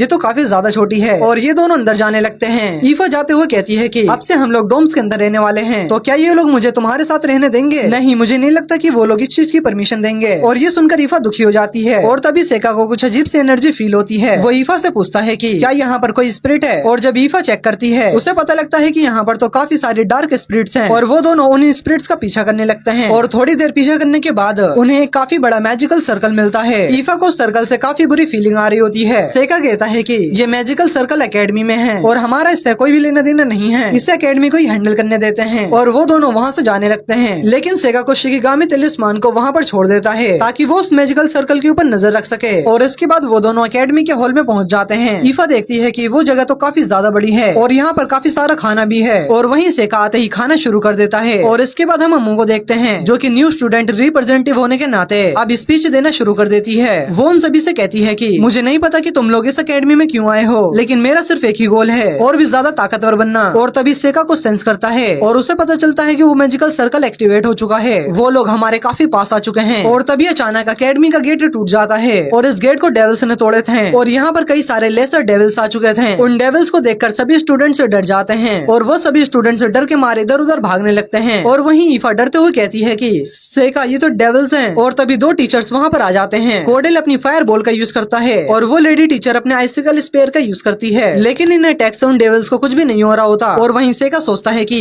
आखिरकार ये डेविल्स यहाँ पर कर क्या रहे हैं, तुम लोगों ने इन्हें मारने में काफी ज्यादा देर कर दी। और जैसे ही सेका उन डेविल्स के ऊपर अटैक करने वाला होता है, लेकिन तभी वहाँ पर कोई आकर उस डेविल के ऊपर अटैक कर देता है। और हम देखते हैं कि वो कोई और नहीं बल्कि अम्मू होती है जो कि अपनी सोर्ड को लेकर यहाँ पर पहुंच चुकी है और वो उस स्टूडेंट को भी बचा लेती है। और इसके बाद अम्मू अपनी सोर्ड का यूज करके उन डेविल्स के ऊपर विंड लेंस का यूज करती है और वो सभी स्टूडेंट से कहती है कि अगर तुम फाइट नहीं कर सकते तो यहाँ से भाग जाओ। और इसके बाद सेका अपने शिकिगामी के थ्रू वो पता लगाता है कि आखिरकार इन डेविल्स को भेजा किसने और उसे वो कास्टर मिल जाता है। और इसके बाद वो ईफा से कहता है कि अगर तुम्हें लगे कि तुम खतरे में हो तो तुम अपनी पावर्स का यूज करके यहाँ से भाग जाना। और वो सेका से कहती है कि फिर तुम्हारा क्या होगा, मुझे कुछ काम है इसलिए मुझे यहाँ से जाना होगा। और तभी यहाँ पर एक ब्लास्ट होता है और इसकी वजह से ईफा का सेका के ऊपर से ध्यान हट जाता है और इस चीज का फायदा उठाकर सेका यहाँ से टेलीपोर्ट हो जाता है। और इधर हम उस कास्टर को देखते हैं जिसने कि उन सभी लेसर डेविल्स को समन किया होता है। और तभी सेका एक पोयम को गा चिल्लाते हुए यहाँ पर पहुँच जाता है, तुम इंसानी बच्चे यहाँ पर क्या कर रहे हो? सेका कहता है कि अरे मैं तो सिर्फ यहाँ पर खेलने आया हूँ। और ये सुनकर उसे गुस्सा आ जाता है, तुम्हारी हिम्मत कैसे हुई मुझे चैलेंज करने की? और ऐसा बोलने के बाद वो डीमन वहाँ पर कुछ और लेसर डेविल्स को समन कर लेता है और वो डेविल्स सेका के ऊपर अटैक करने के लिए जाने लगते हैं। और तभी सेका अपने तलिस्मान को बाहर निकालता है और वो young element fruit fall art का यूज करता है और ग्रेविटी प्रेशर की वजह से 2 डेविल्स जमीन में ही धस जाते हैं, लेकिन अभी भी एक डेविल बच जाता है और वो सेका के ऊपर अटैक करने ही वाला होता है, लेकिन तभी अचानक वो फ्रीज हो जाता है और सेका गेट को ओपन करके उस डेविल को एक्सरसाइज करके वॉइड में भेज देता है। वो डीमन कहता है कि तुम टेलीपोर्टेशन मैजिक का यूज कर सकते हो और मुझे नहीं लगता कि तुम एक आम बच्चे हो, इसलिए अब मैं तुमसे खुद लड़ूंगा। और ऐसा बोलने के बाद वो यहाँ पर कई सारे सोर्ट्स को समन करता है। मेरा नाम गाल गेलस है और मैं एक मेटल डीमन हूँ और मैं फायर और अर्थ एलिमेंट का यूज कर सकता हूँ। और इसके बाद सेका अपने तलिस्मान को निकालकर फिर से यंग एलिमेंट फ्रूट फॉल का यूज करता है, लेकिन वो अटैक गैलस के सामने कुछ भी नहीं होता। लेकिन गैलस उस अटैक को सिर्फ एक ही हाथ से रोक देता है। ये मामूली से अटैक्स मेरे ऊपर काम नहीं करने वाले। और इसके बाद सेका फिर से अपने तलिस्मान का यूज करके गैलस के ऊपर अटैक करता है, लेकिन गैलस अपने सामने सोर्ड की एक शील्ड बना लेता है और वो उसके अटैक से बच जाता है। और इसके बाद गैलस एक बड़ी सी सोर्ड को समन करता है और वो सोर्ड से सेका के ऊपर अटैक कर देता है, लेकिन सेका उसके अटैक को काफी आसानी से डॉज कर लेता है। सेका कहता है कि इस अटैक को तो डॉज करना काफी आसान था। और तभी गैलस स्माइल करता है, तुम सच में काफी बड़े बेवकूफ हो। और तभी उसकी सोर्ड टेलीपोर्ट होकर सेका को इंजेक्ट कर देती है और वो सोर्ड वापस से गैलस के पास आ जाती है। गैलस कहता है कि मैं एक डेविल हूँ तो डार्क एलिमेंट टेलीपोर्टेशन यूज करना मेरी स्पेशलिटी है। और ऐसा बोलने के बाद वो सेका के ऊपर एक फायर स्लेज से अटैक कर देता है। सेका कूदकर उसके अटैक से बच जाता है और तभी अचानक गैलस सेका के पीछे आ जाता है और ये देखकर सेका काफी ज्यादा शॉक हो जाता है और गैलस एक ही झटके में सेका का हाथ काट देता है। बताओ बच्चे, क्या तुम अभी मुझसे फाइट करना चाहते हो? सेका गैलस से पूछता है कि वैसे तुम यहाँ पर किसे ढूंढ रहे हो? और ये सुनकर गैलस कहता है कि तुमने मुझे अपना टेलीपोर्टेशन मैजिक दिखाया था, तो चलो मैं तुम्हें इसीलिए बता देता हूँ। दरअसल मैं यहाँ पर हीरो को ढूंढ रहा हूँ। ये सुनकर सेका उससे कहता है कि हीरो तो सिर्फ कहानियों में होते हैं। ये सुनकर गैलस हंसने लगता है, क्या तुम ये कहना चाहते हो कि जो लेजेंडरी बैटल हुई थी वो सब कुछ सिर्फ एक कहानी है? ये कोई कहानी नहीं है, 12 साल पहले ये भविष्यवाणी हुई थी और इसीलिए मैं उस हीरो को ढूंढने आया हूँ और वो मुझे मिल भी चुकी है। गैलस कहता है कि हीरो एक लाल बालों वाली लड़की है जिसके अंदर एक्स्ट्रा ऑर्डिनरी पावर्स हैं। और ये सुनकर सेका उससे कहता है कि क्या तुम अम्मो की बात कर रहे हो? गैलस सेका को थैंक्स कहता है, तुमने मुझे उसका नाम बता दिया और अब इसके लिए मुझे ज्यादा टाइम वेस्ट नहीं करना पड़ेगा। और ऐसा बोलने के बाद गैलस कई सारे सोर्ड से उसके ऊपर अटैक कर देता है। सेका उसके सभी अटैक से बचते हुए ऊपर आसमान में कूदता है, लेकिन तभी अचानक गैलस की दोनों सोर्ड्स उसके आर पार हो जाती है। सेका को बचने का बिल्कुल भी मौका नहीं मिलता और वो एक ही अटैक में सेका की गर्दन को उसकी बॉडी से अलग कर देता है। गैलस कहता है कि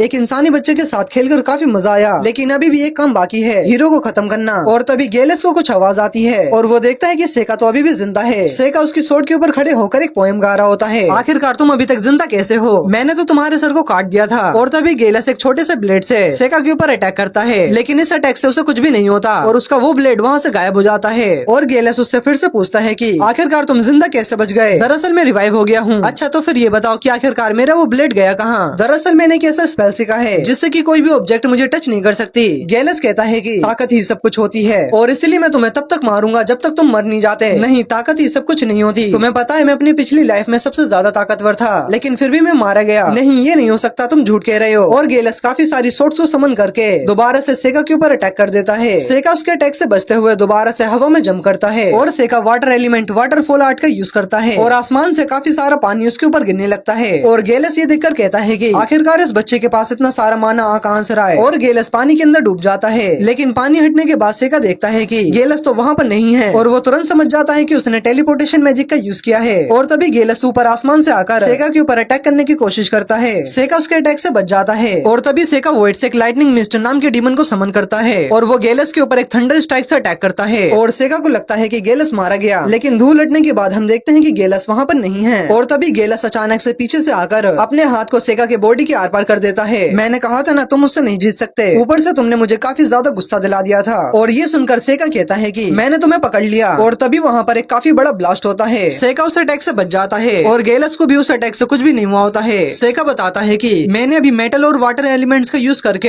एश ब्लूम नाम का अटैक करा था। गैलस अपनी एनर्जी को बढ़ाते हुए कहता है कि मैं अभी तक नहीं हारा हूँ और तुम्हारे वो बेकार से कार्ड्स अब तक तो खत्म हो गए होंगे। और ये सुनकर सेका उसे अपने सारे तलिस्मान दिखा देता है। क्या तुम इन कार्ड्स की बात कर रहे हो? ये कार्ड्स तो मेरे पास काफी सारे हैं, मैं इन्हें कई सालों से डेली बनाते आ रहा हूँ और फाइट तो बस अभी शुरू हुई है और अब मैं उस चीज का इस्तेमाल करने वाला हूँ। और इसके बाद सेका कुछ स्पेल्स को पढ़ने लगता है और वो वॉइड से उससे अपने पुराने ड्रैगन मिजुची को समन करता है और ये वही ड्रैगन है जिसे कि हमने स्टार्टिंग में देखा था। और ये देखकर गैलस डर जाता है और वो कहता है कि ये तो इम्पॉसिबल है, यहाँ तक कि डीमन किंग के पास भी ऐसा कोई भी ड्रैगन नहीं है। सेका कहता है कि ये कोई ड्रैगन नहीं है, तुम इसे रियू बुला सकते हो। और सेका मिजुची को ऑर्डर देता है कि इस डेविल को मार दो और मिजुची गेलस के ऊपर अटैक कर देता है। मिजुची उसे अपने मुंह के अंदर दबा लेता है। गेलस बाहर निकलने की काफी ज्यादा कोशिश कर रहा होता है, लेकिन मिजुची गेलस को अपने दांतों के अंदर दबाकर उसे मार देता है। सेका कहता है कि अब मुझे मिजुची को वापस से वर्ल्ड में भेज देना चाहिए, लेकिन तभी मिजुची आउट ऑफ कंट्रोल होकर सेका के साइड से चला जाता है और वो वहाँ से भागने लगता है। और तभी सेका अपने काफी सारे तिलिस्मान का यूज करके मिजुची के पीछे भेजता है ताकि वो उसे वापस ला सके। और तभी मिजुची काफी तेजी से सेका के ऊपर अटैक करने के लिए आने लगता है, लेकिन तभी सेका उसके सामने वॉइड का गेट ओपन कर देता है और मिजुची वापस से वॉइड के अंदर चला जाता है। वहीं सेका सोचता है कि मुझे लगा ही था कि मिजुची आउट ऑफ कंट्रोल हो जाएगी, मेरी इस बॉडी के अंदर काफी ज्यादा कर्स एनर्जी है, लेकिन मेरी पिछली बॉडी से अभी की बॉडी काफी ज्यादा वीक है। और इसके बाद सेका वापस से एकेडमी में आ जाता है और वो देखता है कि यहाँ पर काफी सारी चीजें टूट चुकी हैं और यहाँ पर काफी सारे बच्चे इंजर्ड भी हो चुके हैं। और तभी ईफा सेका के पास आती है। सेका, तुम आखिरकार चले कहाँ गए थे और क्या तुम ठीक हो? हाँ मैं तो ठीक हूँ, लेकिन ये बताओ वो सारे के सारे लेसर डेविल्स कहाँ गए? ईफा बताती है कि अम्मू ने सारे के सारे लेसर डेविल्स को हरा दिया बिना किसी की मदद के। और ये सुनकर सेका काफी ज्यादा शौक होता है और वो कहता है कि फर्क नहीं पड़ता कि तुम कितने ज्यादा स्ट्रॉन्ग हो, तुम अपने आसपास के लोगों की वजह से मुसीबत में पड़ोगे और तुम मुसीबतों में घसीटे जाओगे और अंत में तुम कुछ भी नहीं कर पाओगे। ये चीज मैंने अपनी पिछली लाइफ में सीखी थी, वो भी मरते समय। और इसीलिए मुझे एक ऐसे बंदे की जरूरत है जो कि मेरी जगह स्ट्रॉन्गेस्ट बन सके।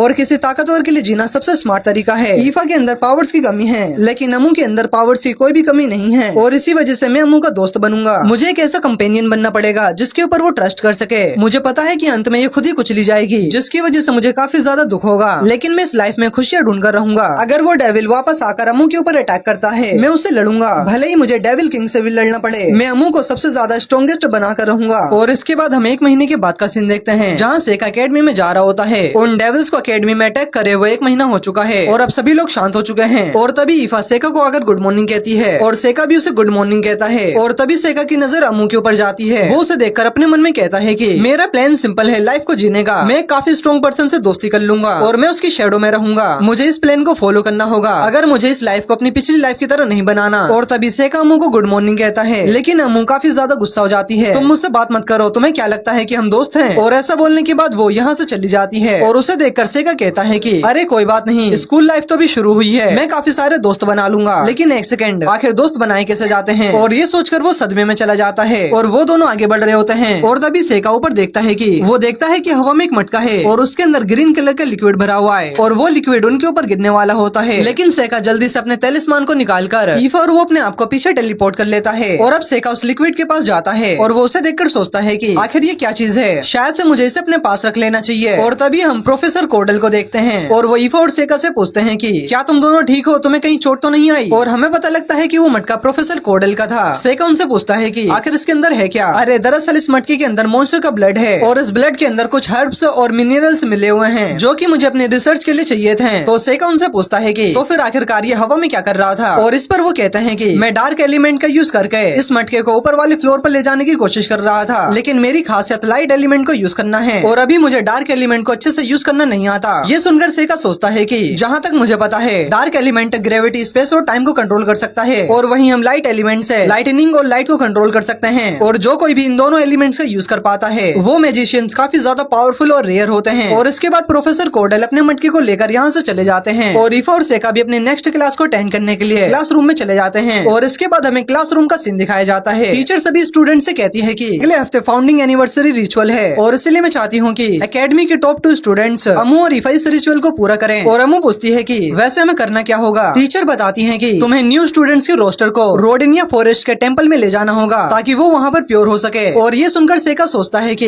ये तो वही फॉरेस्ट है जहाँ पर मैं गेलस से मिला था और वहाँ पर तो खतरा हो सकता है। और वो टीचर से पूछता है कि अगर इन दोनों स्टूडेंट्स में से कोई एक रिचुअल को पूरा करने से मना कर दे तो फिर क्या होगा? टीचर कहती है कि क्लास में जो 3rd प्लेस पर स्टूडेंट होगा वो इस रिचुअल को पूरा करेगा। और ये सुनते ही सेका ईफा से कहता है कि ईफा तुम इस रिचुअल के लिए मना कर दो। और ये सुनकर वो सभी लोग शॉक हो जाते हैं और वहीं ईफा भी सेका के ऑर्डर्स को मानकर टीचर को इस रिचुअल के लिए मना कर देती है। और टीचर सेका से कहती है कि तुम क्लास में ऐसा बिहेव नहीं कर सकते। सेका कहता है कि ईफा एक स्लेव है और वो क्या ही इस रिचुअल को ठीक से कर पाएगी और इसीलिए मैं इसकी जगह इस रिचुअल को करूंगा। और अब शाम को सेका ईफा से उसके लिए माफी मांगता है और वो उससे पूछता है कि क्या तुम सच में उस रिचुअल को करना चाहती थी? ईफा कहती है कि नहीं, मेरा मन नहीं था, लेकिन मुझे पता है कि तुम्हारे पास कोई ना कोई रीजन होगा जिसकी वजह से तुमने मुझे ये करने के लिए कहा होगा। और क्या ये सब अम्मू से रिलेटेड है? हाँ, तुमने सही कहा। सेका, क्या वो लड़की तुम्हारे टाइप की है? वो कितनी ज्यादा ब्यूटीफुल है और उसके कितने अच्छे बाल हैं? तो सेका कहता है कि अरे नहीं नहीं, ऐसी कोई भी बात नहीं है, हैं। मैं तो सिर्फ उससे दोस्ती करना चाहता हूँ। ये सुनकर ईफा सेका से पूछती है कि आखिर क्यों, उसी लड़की से क्यों? तुमने तो देखा ही था, उसने डेविल्स को काफी आसानी से हरा दिया था। ऐसी ताकत बहुत ही कम लोगों के पास होती है और इसीलिए मैं उससे दोस्ती करना चाहता हूँ। ये सुनकर ईफा उससे कहती है कि मैं भी स्ट्रॉन्ग बन सकती हूँ, मैंने भी काफी ज्यादा ट्रेनिंग करी है और अब तो स्पिरिट्स भी मेरी बातों को मानते हैं। तो सेका उसे समझाता है, तुम एक बार ये इमेजिन करके देखो, एक ऐसा स्ट्रॉन्ग पर्सन बनना जिसकी लोग काफी ज्यादा तारीफ भी करें और उससे काफी ज्यादा डरे भी। और अमू एक दिन ऐसी पर्सन बनने वाली है। ईफा कहती है कि ठीक है, मैं समझ गई, तुम जैसा कहोगे मैं वैसा ही करूंगी और मैं भी तुम्हारी हेल्प करूंगी। लेकिन आज तुमने जो क्लास में नाटक किया उसकी वजह से सभी लोग तुम्हें काफी ज्यादा बुरा समझ रहे थे और ये चीज मुझे बिल्कुल भी अच्छी नहीं लगी और इसीलिए तुम ऐसा नाटक फिर कभी मत करना। तुम तो मेरी काफी ज्यादा फिक्र करती हो। ठीक है, मैं आगे से ऐसा नहीं करूंगा। और इसके बाद अगले दिन टीचर उन्हें रोस्टर दे देती है और वो दोनों रिचुअल करने के लिए निकल जाते हैं। अमू जाते हुए सेका से पूछती है कि आखिर तुम करना क्या चाहते हो? मैं तो सिर्फ तुमसे दोस्ती करना चाहता हूँ। और ये सुनकर अमू कहती है कि क्या तुम्हारी स्लेव तुम्हारे लिए काफी नहीं है जो कि तुम अपनी क्लासमेट के ऊपर ही लाइन मार रहे हो? अरे नहीं, तुम गलत समझ रही हो, मेरे और ईफा के बीच में ऐसा कुछ भी नहीं है। अरे तुमने कुछ तो क्या होगा उसके साथ। सेका कहता है कि क्या तुम्हें उल्टी सीधी बातें करना पसंद है? अमू कहती है कि तुमने ही तो पहले ये सब कुछ शुरू किया था।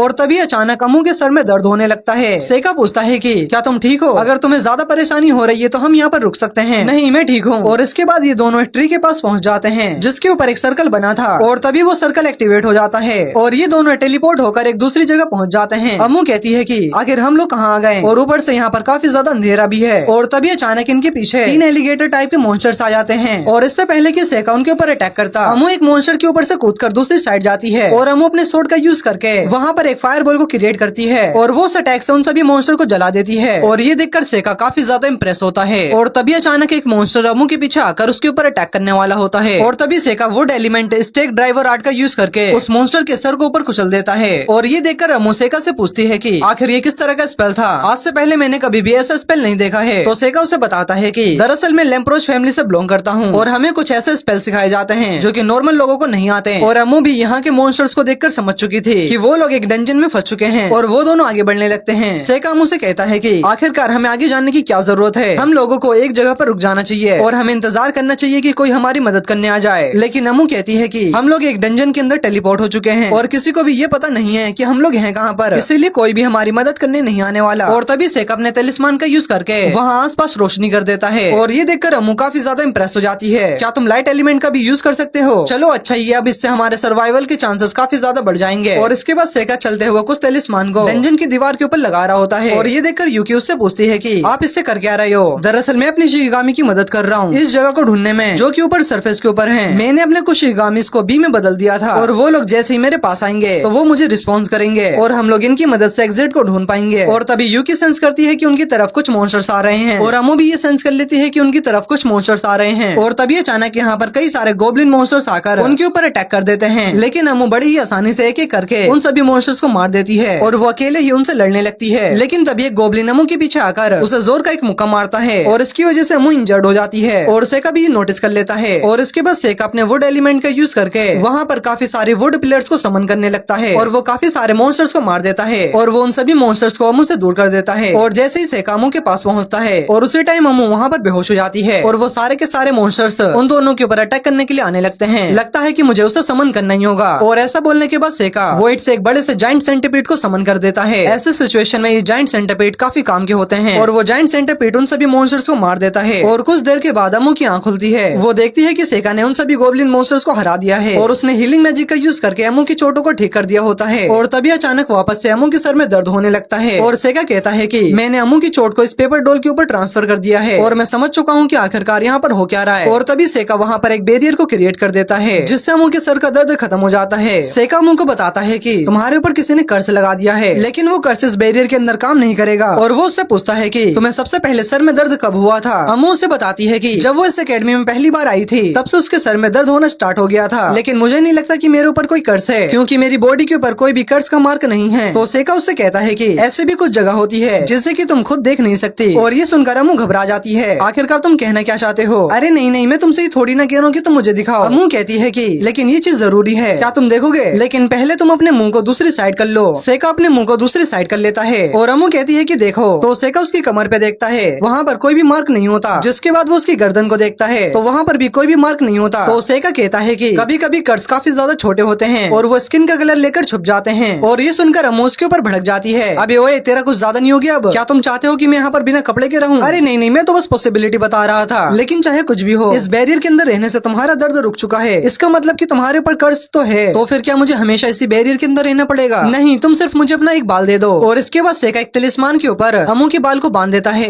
ये डॉल तुम्हारे सब्स्टिट्यूट के तौर पर काम करेगा। तो अम्मू पूछती है कि क्या ये सच में काम करेगा? हाँ, ये जरूर काम करेगा। और वो सेका को अजीब तरीके से देखने लगती है। आखिरकार तुम मुझे से क्यों घूर रही हो? क्या तुम्हें कुछ पूछना है? हाँ, क्या तुम सच में ईफा के अंदर इंटरेस्टेड हो? क्या तुमने कभी किस भी नहीं किया? तो सेका कहता है कि नहीं, मैंने ऐसा कुछ नहीं किया। तो वो कहती है कि क्या तुमने वहाँ पर भी टच नहीं किया? आखिर तुम किन चीजों के बारे में बात कर रही हो? तो ये सुनकर अम्मू कहती है कि तुम तो सच में काफी ज्यादा बोरिंग हो। तो सेका उसे बताता है कि नहीं, तुम गलत समझ रही हो, हम एक फैमिली की तरह हैं। क्या सच में एक नोबल और स्लेव फैमिली की तरह रहती है? दरअसल मेरी फैमिली मुझे आउटसाइडर की तरह ट्रीट करती है, लेकिन ईफा ही सिर्फ मुझे नॉर्मली ट्रीट करती है, और इसी वजह से हम लोग काफी ज्यादा क्लोज हैं। और सेका अपने मन में कहता है कि मैं किसी के लिए भी फीलिंग्स नहीं रख सकता, मैं अपनी रिइंकार्नेशन के बाद भी किसी के ऊपर ट्रस्ट नहीं कर सकता। और इसके बाद सेका अम्मू से उसकी फैमिली के बारे में पूछता है, क्या तुम्हारी फैमिली भी एक एडवेंचरर है? अम्मू बताती है कि मेरी मॉम एक गिल्ड ऑफिसर है और मेरे डैड एक एडवेंचरर हैं। और अब वो अपने बारे में बताती है, मुझे बचपन से ही मॉन्स्टर्स और ताकतवर लोगों से लड़ना पसंद है, और इसकी वजह से मेरे पेरेंट्स मुझे काफी ज्यादा अजीब समझते हैं। वो नहीं चाहते थे कि मैं एक एडवेंचरर बनूं। और वो बताती है कि बहुत टाइम पहले मैं एक काफी बड़े पार्टी की मेंबर थी, लेकिन अचानक उस पार्टी के आधे मेंबर मर गए। लेकिन फिर भी मैं एक दूसरे एडवेंचर पर जाना चाहती थी, और वहाँ के लोगों को लगने लगा कि ये लड़की क्रेजी है बैटल करने के लिए, और वो लोग मुझे पागल समझने लगे। और स्ट्रॉन्ग बनने के लिए मैंने गिल्ड को छोड़कर इस एकेडमी में आ गई। मुझे लगा कि अगर मैं बाकी सभी से स्ट्रॉन्ग हो जाऊंगी तो फाइटिंग करना मेरे लिए बोरिंग हो जाएगी और फिर मैं नॉर्मल हो जाऊंगी। लेकिन मुझे नहीं लगता कि ऐसा होने वाला है, क्योंकि डेविल्स और गोब्लिन से लड़ने में मुझे काफी ज्यादा मजा आता है। और वो सेका से पूछती है कि मैं काफी अजीब हूँ ना? तो सेका कहता है कि मुझे नहीं लगता। और ये सुनकर अम्मू शॉक हो जाती है, तुम्हें स्ट्रॉन्ग बनने के लिए एक एनवायरनमेंट मिला ही नहीं। तो ये सुनकर अम्मू कहती है कि एक एनवायरनमेंट मिलने से पहले मैं मर ही जाऊंगी। कोई बात नहीं, तुम्हारे पास जिंदगी को जीने का मकसद है, तुम फाइट करने के लिए पूरी तरह से तैयार हो, इसीलिए मुझे नहीं लगता कि तुम अजीब हो। और ये सुनकर अम्मू काफी खुश हो जाती है, और वैसे भी तुम्हें लड़ने के अलावा गंदी बातें भी करना भी तो पसंद है। तो ये सुनकर अम्मू घुमाकर उसे एक पंच मारती है, तुम किसी के भी सामने ये बात मत बोल देना कि मैं गंदी बातें करती हूँ, ये तो बस एक एडवेंचरर की आदत होती है ऐसी बातें करने की। और अम्मू सेका को थैंक्स कहती है उसकी जान बचाने के लिए। और फिर सेका कहता है कि तो फिर चलो, ये मेरा पहला एडवेंचर होने वाला है, अगर हम दोनों मिलकर साथ में फाइट करेंगे तो फिर कोई भी मॉन्स्टर हमें हरा नहीं पाएगा। और इसके बाद हम देखते हैं कि वो दोनों मिलकर काफी सारे मॉन्स्टर्स को मार देते हैं और एक एक करके सारे फ्लोर्स को क्लियर कर देते हैं। और इसके बाद ये दोनों एक कमरे के पास पहुंच जाते हैं। अम्मू उस गेट को ओपन करती है और उन्हें पता चलता है कि ये कमरा तो डंजन बॉस का है, जो कि एक नाग होता है, और फिलहाल के लिए नाग अभी सो रहा होता है। अम्मू कहती है कि नाग काफी ज्यादा डेंजरस होते हैं, हम दोनों मिलकर भी इसे हरा नहीं सकते। तो सेका कहता है कि हमें एक बार ट्राई करना चाहिए, और वैसे भी तुम मेरे साथ हो तो हम दोनों मिलकर उसे आराम से हरा सकते हैं। और अम्मू भी इसके लिए मान जाती है। अगर हमें लगेगा कि सिचुएशन ज्यादा खराब होने वाली है तो हम लोग यहाँ से भाग जाएंगे। और वो दोनों रूम के अंदर चले जाते हैं, और उन्हें देखकर वो नाग भी जाग जाता है और वो काफी जोर से चिल्लाने लगता है। और तभी सेका अपने वुड एलिमेंट से उसके ऊपर अटैक करता है, लेकिन इस अटैक से उस नाग को कुछ भी नहीं होता। और तभी वो नाग अपने पॉइजन से सेका के ऊपर अटैक कर देता है। सेका उसके अटैक से बच जाता है, और तभी अम्मू इस मौके का फायदा उठाकर उस नाग के पीछे आ जाती है और उसके ऊपर विंड लेन से अटैक करती है। और इसकी वजह से उस नाग का थोड़ा बहुत ध्यान भटक जाता है। और तभी सेका मेटल एलिमेंट का यूज करके वहाँ पर एक स्पेयर को समन करता है, और वो उस स्पेयर को सीधा उस नाग के ऊपर गिरा देता है, और इसकी वजह से वो नाग हिल नहीं पा रहा होता। और सेका अम्मू से कहता है कि अम्मू जल्दी से इसके सर के ऊपर एक फायर बॉल से अटैक करो। अम्मू एक फायर बॉल बनाकर उस नाग के ऊपर अटैक करती है, और तभी उस मेटल और फायर के बीच में रिएक्शन होने लगता है, जिसकी वजह से वहाँ पर एक काफी बड़ा ब्लास्ट होता है। और इस ब्लास्ट की वजह से वो नाग काफी ज्यादा इंजर्ड हो चुका था। और इसके बाद अम्मू एक फाइनल अटैक उस नाग के ऊपर करती है, जिसकी वजह से वो नाग वहीं पर मारा जाता है। और अम्मू जल्दी से आकर सेका को गले लगा लेती है, और वो काफी ज्यादा खुश भी होती है, क्योंकि उसने आज से पहले कभी भी डंजन बॉस को नहीं मारा था। हमने अभी भी एक टीम बनाई और हमने एक डंजन बॉस को मार दिया, हमारा कोऑर्डिनेशन तो सच में काफी कमाल का है। वहीं सेका स्माइल करते हुए कहता है कि तुम सच में काफी ज्यादा स्ट्रॉन्ग हो। और तभी यूकी सेका से कहती है कि आपको तो पहले ही एग्जिट मिल गया था, तो फिर आप यहाँ से क्यों नहीं गए? अरे मैं तो थोड़ा मजे लेना चाहता था, और साथ ही साथ में अम्मू को थोड़ा एक्सपीरियंस दिलाना चाहता था, ताकि वो और भी ज्यादा स्ट्रॉन्ग बन सके। और इसके बाद थोड़ा आगे चलने के बाद उन्हें एक मॉन्स्टर का हाथ मिलता है, जिसकी पावर पहले से ही पूरी तरह से खत्म हो चुकी थी। और वहीं उसके हाथ के ऊपर एक मिथरिल सोर्ड होती है। सेका उस सोर्ड को निकालकर अम्मू को दे देता है, ये लो तुम इसे रख लो, क्योंकि मैं सोर्ड को यूज नहीं करता। और तभी उस सोर्ड के अंदर से एक रिंग निकलती है। सेका उस रिंग को उठाकर देखता है, मैं फील कर सकता हूँ इस रिंग के अंदर कोई भी मैजिक नहीं है, लेकिन मैं फिर भी इसके अंदर से काफी पावर सेंस कर पा रहा हूँ। और वो इस रिंग को रख लेता है, और वो अम्मू को बताता है कि ये तो बस एक नॉर्मल से रिंग है, और हाँ एडवेंचर करना इतना भी बुरा नहीं है। और अम्मू सेका के साथ एक पार्टी बनाने का सोच रही होती है, और सेका भी उसकी मन की बात को पढ़ लेता है, ठीक है मैं भी तुम्हारे साथ एक पार्टी बनाऊंगा। और ये सुनकर अम्मू काफी ज्यादा खुश हो जाती है। और इसके बाद हम देखते हैं कि वो दोनों सेफली डंजन से बाहर आ जाते हैं। और इसके बाद सेका टीचर्स के पास जाकर उन्हें सारी बातें बता देता है, और टीचर्स को ये पता नहीं होता कि उस टेम्पल के नीचे कोई हिडन डंजन भी था। और इसके बाद हम देखते हैं कि सेका प्रोफेसर कोडल के पास आता है और वो उनसे कहता है कि मैं आपको वो चीज रिटर्न करने आया हूँ जो आपने मुझे दिया था। तो प्रोफेसर कोडल कहते हैं कि मैंने तो तुम्हें कुछ भी नहीं दिया था। सेका प्रोफेसर कोडल से कहता है कि अम्मू की हेल्थ पहले से काफी ठीक है और वैसा आपका रिचुअल चल कैसा रहा है प्रोफेसर। और ये सुनकर प्रोफेसर कोडल कहते हैं कि तो तुमने पता लगा ही लिया। तो सेका कहता है कि मुझे ये अजीब लगी रहा था कि इतने सारे मॉन्स्टर बिना किसी को दिखे अंदर कैसे आ सकते हैं और अब ये डेंजन वाला इंसिडेंट, जरूर इन सब के पीछे कोई अंदर वाला आदमी इन्वॉल्व होगा। और कोडल भी समझ जाता है कि सेका ने ही गेलस को हराया था। चलो तुम जल्दी से अब अपना असली चेहरा दिखा दो। और प्रोफेसर कोडल अपने असली रूप में आ जाते हैं। मुझे माफ करना, मैं तुम्हें डिसअपॉइंट नहीं करना चाहता हूँ, लेकिन मैं एक ह्यूमन ही हूँ। तो सेका कहता है कि यानी कि तुम एक डेविल के एजेंट हो और तुम यहाँ पर हीरो को मारने के लिए आए थे। वैसे तुम्हारे स्पेल्स काफी कमाल के हैं। और ये सुनकर प्रोफेसर कोडल कहते हैं कि है ना वो कमाल के स्पेल्स, मेरे स्पेल दूर से ही किसी टारगेट को मार सकती है, लेकिन इसके अंदर एक कमी है, ये काफी ज्यादा टाइम ले लेती है। अब तुम मेरे बारे में सब कुछ जान चुके हो, तो अब तुम्हें मरना होगा। और इसके बाद वो अपने स्पेल्स का यूज करके अम्मू के कर्ज के ऊपर इफेक्ट करने लगता है। तो सेका उसे बताता है कि लगता है कि तुमने अभी तक ये नोटिस नहीं किया, अम्मू को अब उस कर्ज से कुछ भी नहीं होने वाला। आखिर ये कैसे हो सकता है? सेका उसे एक तलिस्मान दिखाते हुए कहता है कि तुम्हारा कर्ज अब इसके ऊपर है और तुमने मेरे और रिफा के ऊपर भी अपने कर्ज को लगाने की कोशिश करी थी। अगर तुम्हारा वो मॉन्स्टर ब्लड किसी के ऊपर लग जाए तो वो कर्ज से इन्फेक्टेड हो जाता है। और जब अम्मू ने उन डेविल्स को मारा था तो उनका खून अम्मू के ऊपर लग गया, जिससे कि अम्मू तुम्हारे कर्ज से इन्फेक्टेड हो गई। आखिर ये तुम्हें कैसे पता चला कि मेरा स्पेल कैसे काम करता है? और इसके बाद सेका वॉइड से एक डेविल को समन करता है। सेका उस डेविल को मार के उसका ब्लड अपने ऊपर लगा लेता है। इसके बाद वो एक स्पेल पढ़ने लगता है और वो कहता है कि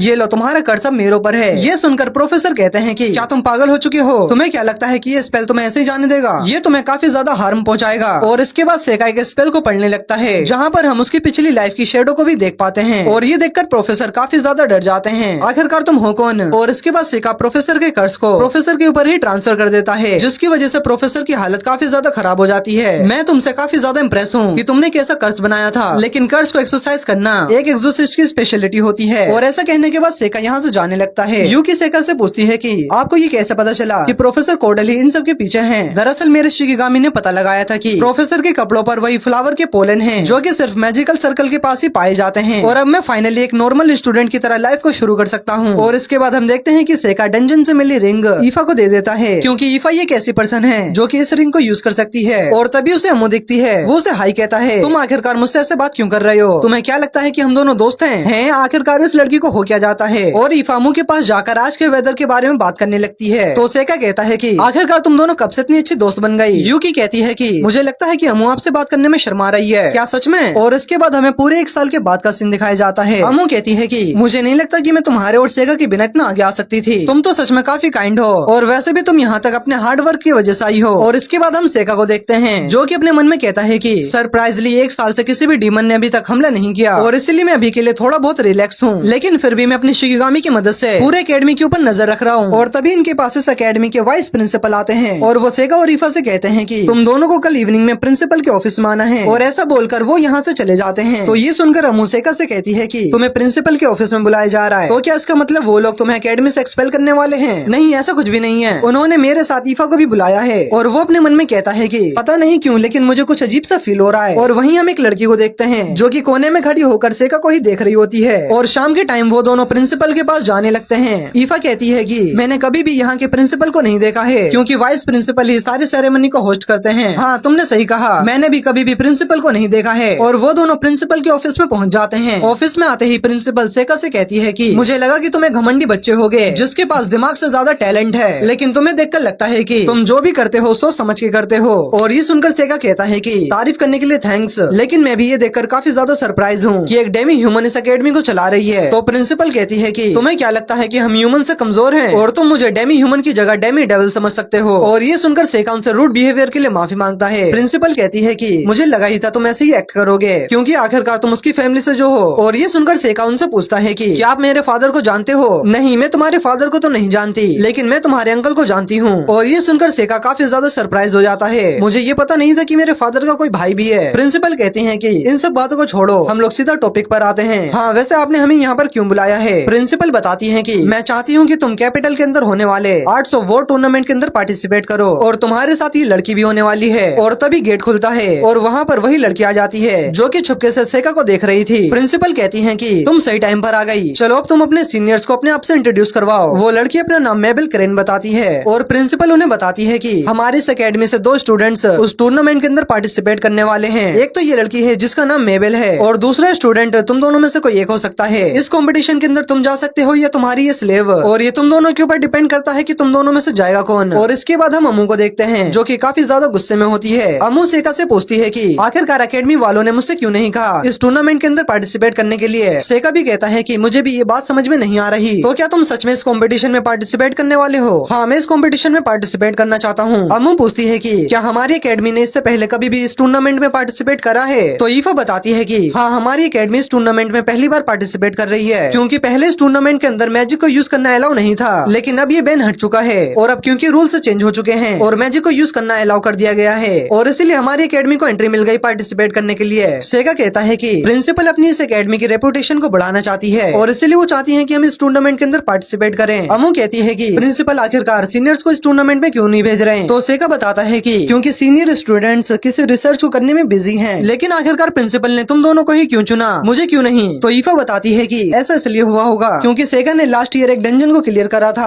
और तो और प्रिंसिपल को ये भी पता चल गया कि इस एकेडमी में एडमिशन लेने से पहले सेगा ने कैल्डन न्यूट को हराया था। अमू कहती है कि ये सब तो इतनी छोटी सी बात है और वो लोग तो मुझसे भी पूछ सकते थे। तो सेगा उसे बताता है कि प्रिंसिपल ने उनसे कहा था कि इस काम को सिर्फ तुम लोग ही कर सकते हो, और ये सुनकर अमू कहती है कि आखिर ऐसा क्यों? मेरा मैजिक कितना ज्यादा ग्रेट है, और तो और मुझे सोर्स स्किल में कोई भी हरा नहीं सकता। मुझे ये सब तो नहीं पता, लेकिन विनर को प्राइज में बहुत सारे पैसे मिलेंगे और इंपीरियल गार्ड में जाने का मौका मिलेगा। तो अमू कहती है कि पैसे तो ठीक है, लेकिन मैं कोई गार्ड नहीं बनना चाहती। वैसे भी इंसानों के साथ लड़ने में ज्यादा मजा नहीं आता जितना मजा मॉन्स्टर से लड़ने में आता है। और ये सुनकर सेका अपने मन में सोचता है कि अमू तो बैटल करने के लिए क्रेजी होती है और वो ऐसी बातें कर रही है कि उस इंसानों के साथ लड़ने में बिल्कुल भी मजा नहीं आता। लगता है कि अब वो धीरे धीरे सॉफ्ट हो रही है, लेकिन चाहे कुछ भी हो वो लोग मुझसे एक बार पूछ तो सकते थे। तो सेका कहता है कि मुझे नहीं लगता कि वो लोग स्ट्रॉन्ग पर्सन को आगे रखना चाहते हैं, तो फिर आखिरकार उन्होंने तुम्हें क्यों चुना? तो सेका स्माइल करते हुए कहता है कि अरे नहीं, मैं इतना भी ज्यादा स्ट्रॉन्ग नहीं हूँ। क्या तुम अपनी ये नकली से स्माइल को बंद कर सकते हो? मुझे अभी भी समझ में नहीं आ रहा। चलो एक बार के लिए मान लेते हैं कि तुम इस टूर्नामेंट में जा सकते हो, लेकिन उन लोगों ने ईफा को क्यों चुना? और ये सुनकर ईफा को अपनी थोड़ी बहुत इंसल्ट फील होती है। हाँ, तुमने सही कहा, मैं कमजोर हूँ। ईफा, मेरे ये कहने का मतलब नहीं है। तुम जरा सोचो, क्या तुम लोगों के ऊपर अपने मैजिक से अटैक कर सकती हो? सही कहा, मुझे नहीं लगता कि मैं ये कर पाऊंगी। अमू बताती है कि स्पेल और सोर्स स्किल दोनों ही अलग अलग चीजें होती हैं, क्योंकि अगर एक बार स्पेल छूट गया तो वो काफी खतरनाक डैमेज देती है। क्या तुम किसी को चोट पहुंचा सकती हो? नहीं ना। लेकिन कुछ ऐसे भी पागल लोग होते हैं जो कि अपने स्पेल को पूरी तरह से कंट्रोल कर सकते हैं। तो सेका स्माइल करते हुए कहता है कि यानी कि मैं भी उन पागलों में से एक हूँ। और इसके बाद ये तीनों बाहर आ जाते हैं। अमू कहती है कि मुझे पूरा यकीन है कि वो मेबल अपनी नोबल फैमिली की पावर्स का यूज करके यहाँ तक आई होगी। तुम देखना, टूर्नामेंट शुरू होने से पहले वो ड्रॉप आउट कर देगी, क्योंकि ये अमीर लोगों के बच्चे ज्यादा चोटों को सह नहीं सकते। और तभी उनके पीछे मेबल आ जाती है। वो कहती है कि ऐसा कुछ भी नहीं होने वाला। अमू मेबल को देखकर कहती है कि अच्छा, तो ये है मेबल क्रेन। मेबल अमू के पास आकर कहती है कि तुम कमजोर होकर आखिरकार इतनी बड़ी बड़ी बातें कैसे कर सकती हो? और तुम्हें पता है एकेडमी वालों ने तुम्हें सिलेक्ट क्यों नहीं किया? क्योंकि तुम कमजोर हो। और ये सुनकर अमू को गुस्सा आ जाता है और वो उसे कहती है कि तुम्हारा मुंह तो काफी ज्यादा चलता है। और वहीं दो स्टूडेंट आपस में प्रैक्टिस कर रहे होते हैं। अमू उन दोनों से कहती है कि क्या तुम दोनों मुझे अपनी सोर्ट्स को कुछ देर के लिए दे सकते हो? और वो दोनों अमू को शॉट दे देते हैं। अमू मेबिल को एक शॉट देते हुए कहती है कि और वो उसे चैलेंज करती है एक शॉर्ट फाइट के लिए। मेबिल कहती है कि आखिर इन सब चीजों से फायदा क्या होगा? अमू कहती है कि तुमने ही इस फाइट को शुरू किया है और तुम मुझसे ये मत कहना कि तुम्हें शॉट चलाने नहीं आती। और मेबिल भी उस शॉट को उठाकर फाइट करने के लिए रेडी हो जाती है। वहीं सेका मेबिल के उस स्टेंस को देखकर समझ जाता है कि मेबिल को भी शॉट चलाने आती है और वो काफी ज्यादा स्ट्रॉन्ग भी लग रही है। और ईफा सेका से कहती है कि सेका, तुम्हें नहीं लगता कि हमें इन्हें रोकना चाहिए? नहीं, रहने दो। अगर हमें लगेगा कि सिचुएशन आउट ऑफ कंट्रोल होने वाली है तो हम जाकर इन्हें रोक देंगे। और मैं भी ये देखना चाहता हूँ कि आखिरकार मेबिल कितनी ज्यादा स्ट्रॉन्ग है। अम्मू सेका से कहती है कि सेका, तुम इस मैच को स्टार्ट करने के लिए सिग्नल दो। और सेका भी इस मैच को स्टार्ट करने के लिए सिग्नल दे देता है। और अम्मू काफी तेजी से मेबिल के ऊपर अटैक करने के लिए जाती है, लेकिन मेबिल उसके अटैक को काफी इजीली रोक लेती है और उसकी स्वॉर्ड कुछ अलग तरह से ग्लो कर रही होती है। और वो दोनों ही एक दूसरे को काफी अच्छी टक्कर दे रहे होते हैं। लेकिन तभी मेबिल अम्मू के ऊपर एक फाइनल अटैक करती है और वो उस अटैक से अम्मू के स्वॉर्ड को तोड़ देती है और अम्मू इस फाइट को हार जाती है। तुम तो सच में काफी ज्यादा कमजोर हो, तुम्हें अपनी ट्रेनिंग के ऊपर ध्यान देना चाहिए। और ये कहकर वो यहाँ से जाने लगती है। अम्मू उसे रोकते हुए कहती है कि तुमने चीटिंग किया है, तुम अपने मैजिक का यूज कर रही थी। और ये सुनकर सेका अपने मन में कहता है कि तो इसका मतलब अम्मू ने भी वो नोटिस किया। दरअसल मेबिल फाइट के टाइम पर डार्क एलिमेंट का यूज कर रही थी। मेबिल अम्मू से कहती है कि तो क्या इसका मतलब तुम्हें दूसरा चांस चाहिए और तुम इसी वजह से काफी ज्यादा वीक हो? और ये सुनकर अम्मू को काफी ज्यादा गुस्सा आ रहा होता है और वो जाते जाते सेका और ईफा को वार्न करती है, अगर तुम दोनों को भी इंजर्ड नहीं होना है तो टूर्नामेंट से पहले विड्रॉ कर दो। ये कोई फ्रेंडली कंपटीशन नहीं है, इसमें तुम्हारी जान भी जा सकती है। तो सेका उससे कहता है कि बताने के लिए थैंक्स, मैं इसके बारे में सोचूंगा। और मेबिल यहाँ से चली जाती है, जिसके बाद ईफा और सेका अम्मू के पास जाते हैं। अम्मू, क्या तुम ठीक हो? तुम्हें कहीं चोट तो नहीं लगी? और तब अम्मू खड़ी होकर कहती है कि ठीक है, मैंने भी ये डिसाइड कर लिया। और इसके बाद कुछ महीने बीत जाते हैं और हम सेका को देखते हैं जो कि कैरेज में बैठकर मेबिल मेबल के साथ कैपिटल की तरफ जा रहा होता है और तभी सेका देखता है कि उनके साथ ईफा और अमू भी जा रही हैं। आखिरकार तुम दोनों यहाँ पर क्या कर रही हो? ईफा सेका को बताती है कि मैं तो तुम्हारी सर्वेंट हूँ, तो मुझे तो तुम्हारे साथ चलना ही पड़ेगा। चलो तुम्हारा तो ठीक है, लेकिन अमू यहाँ पर क्या कर रही है? और क्या तुम अकेडमी से परमिशन लेकर आई हो? और अमू कहती है कि नहीं, क्या ही फर्क पड़ता है, मैं आज से पहले कभी भी कैपिटल के अंदर नहीं गई, तो ये मेरे लिए काफी अच्छा मौका है वहाँ पर जाने का। तो ये सुनकर सेका अपने मन में कहता है कि तुम बस ये देखना चाहती हो कि मेबल टूर्नामेंट के अंदर फाइट कैसे करती है। और वो अमू से पूछता है कि वैसे तुम रहने कहाँ वाली हो? और इस पर वो कहती है कि मैं तो ईफा के साथ रहूंगी। और ये सुनकर सेका की हालत और भी ज्यादा खराब हो जाती है। और ये देखकर अमू उससे कहती है कि क्या तुम्हें मोशन सिकनेस है? और वहीं मेबल कहती है कि तुम्हारा कुछ नहीं हो सकता। और ये सुनकर ईफा उससे कहती है कि हम तुम्हारे सीनियर्स हैं और इसीलिए तुम हमसे तमीज से बात किया करो। इस अकेडमी के अंदर सिर्फ स्किल्स ही मायने रखती हैं और वैसे भी मैं तुम्हारी एज की हूँ। तो ये सुनकर अमू से कहती है कि यानी कि तुमने इस अकेडमी में 1 साल के बाद एडमिशन लिया था, तो इसका मतलब हम सभी यहाँ पर एक ही एज के हैं। तो ईफा भी कहती है कि मैंने भी 1 साल के बाद एडमिशन लिया था, यानी कि मैं तुमसे 1 साल बड़ी हूँ। और ये सुनकर वो काफी ज्यादा शौक हो जाती है और अमू उसके कहीं और ही देख रही होती है। अच्छा, तभी तो ये चीजें सेंस बना रही है। अमू वैसे तुम देख कहाँ रही हो? और ये सब देखकर मेबल कहती है कि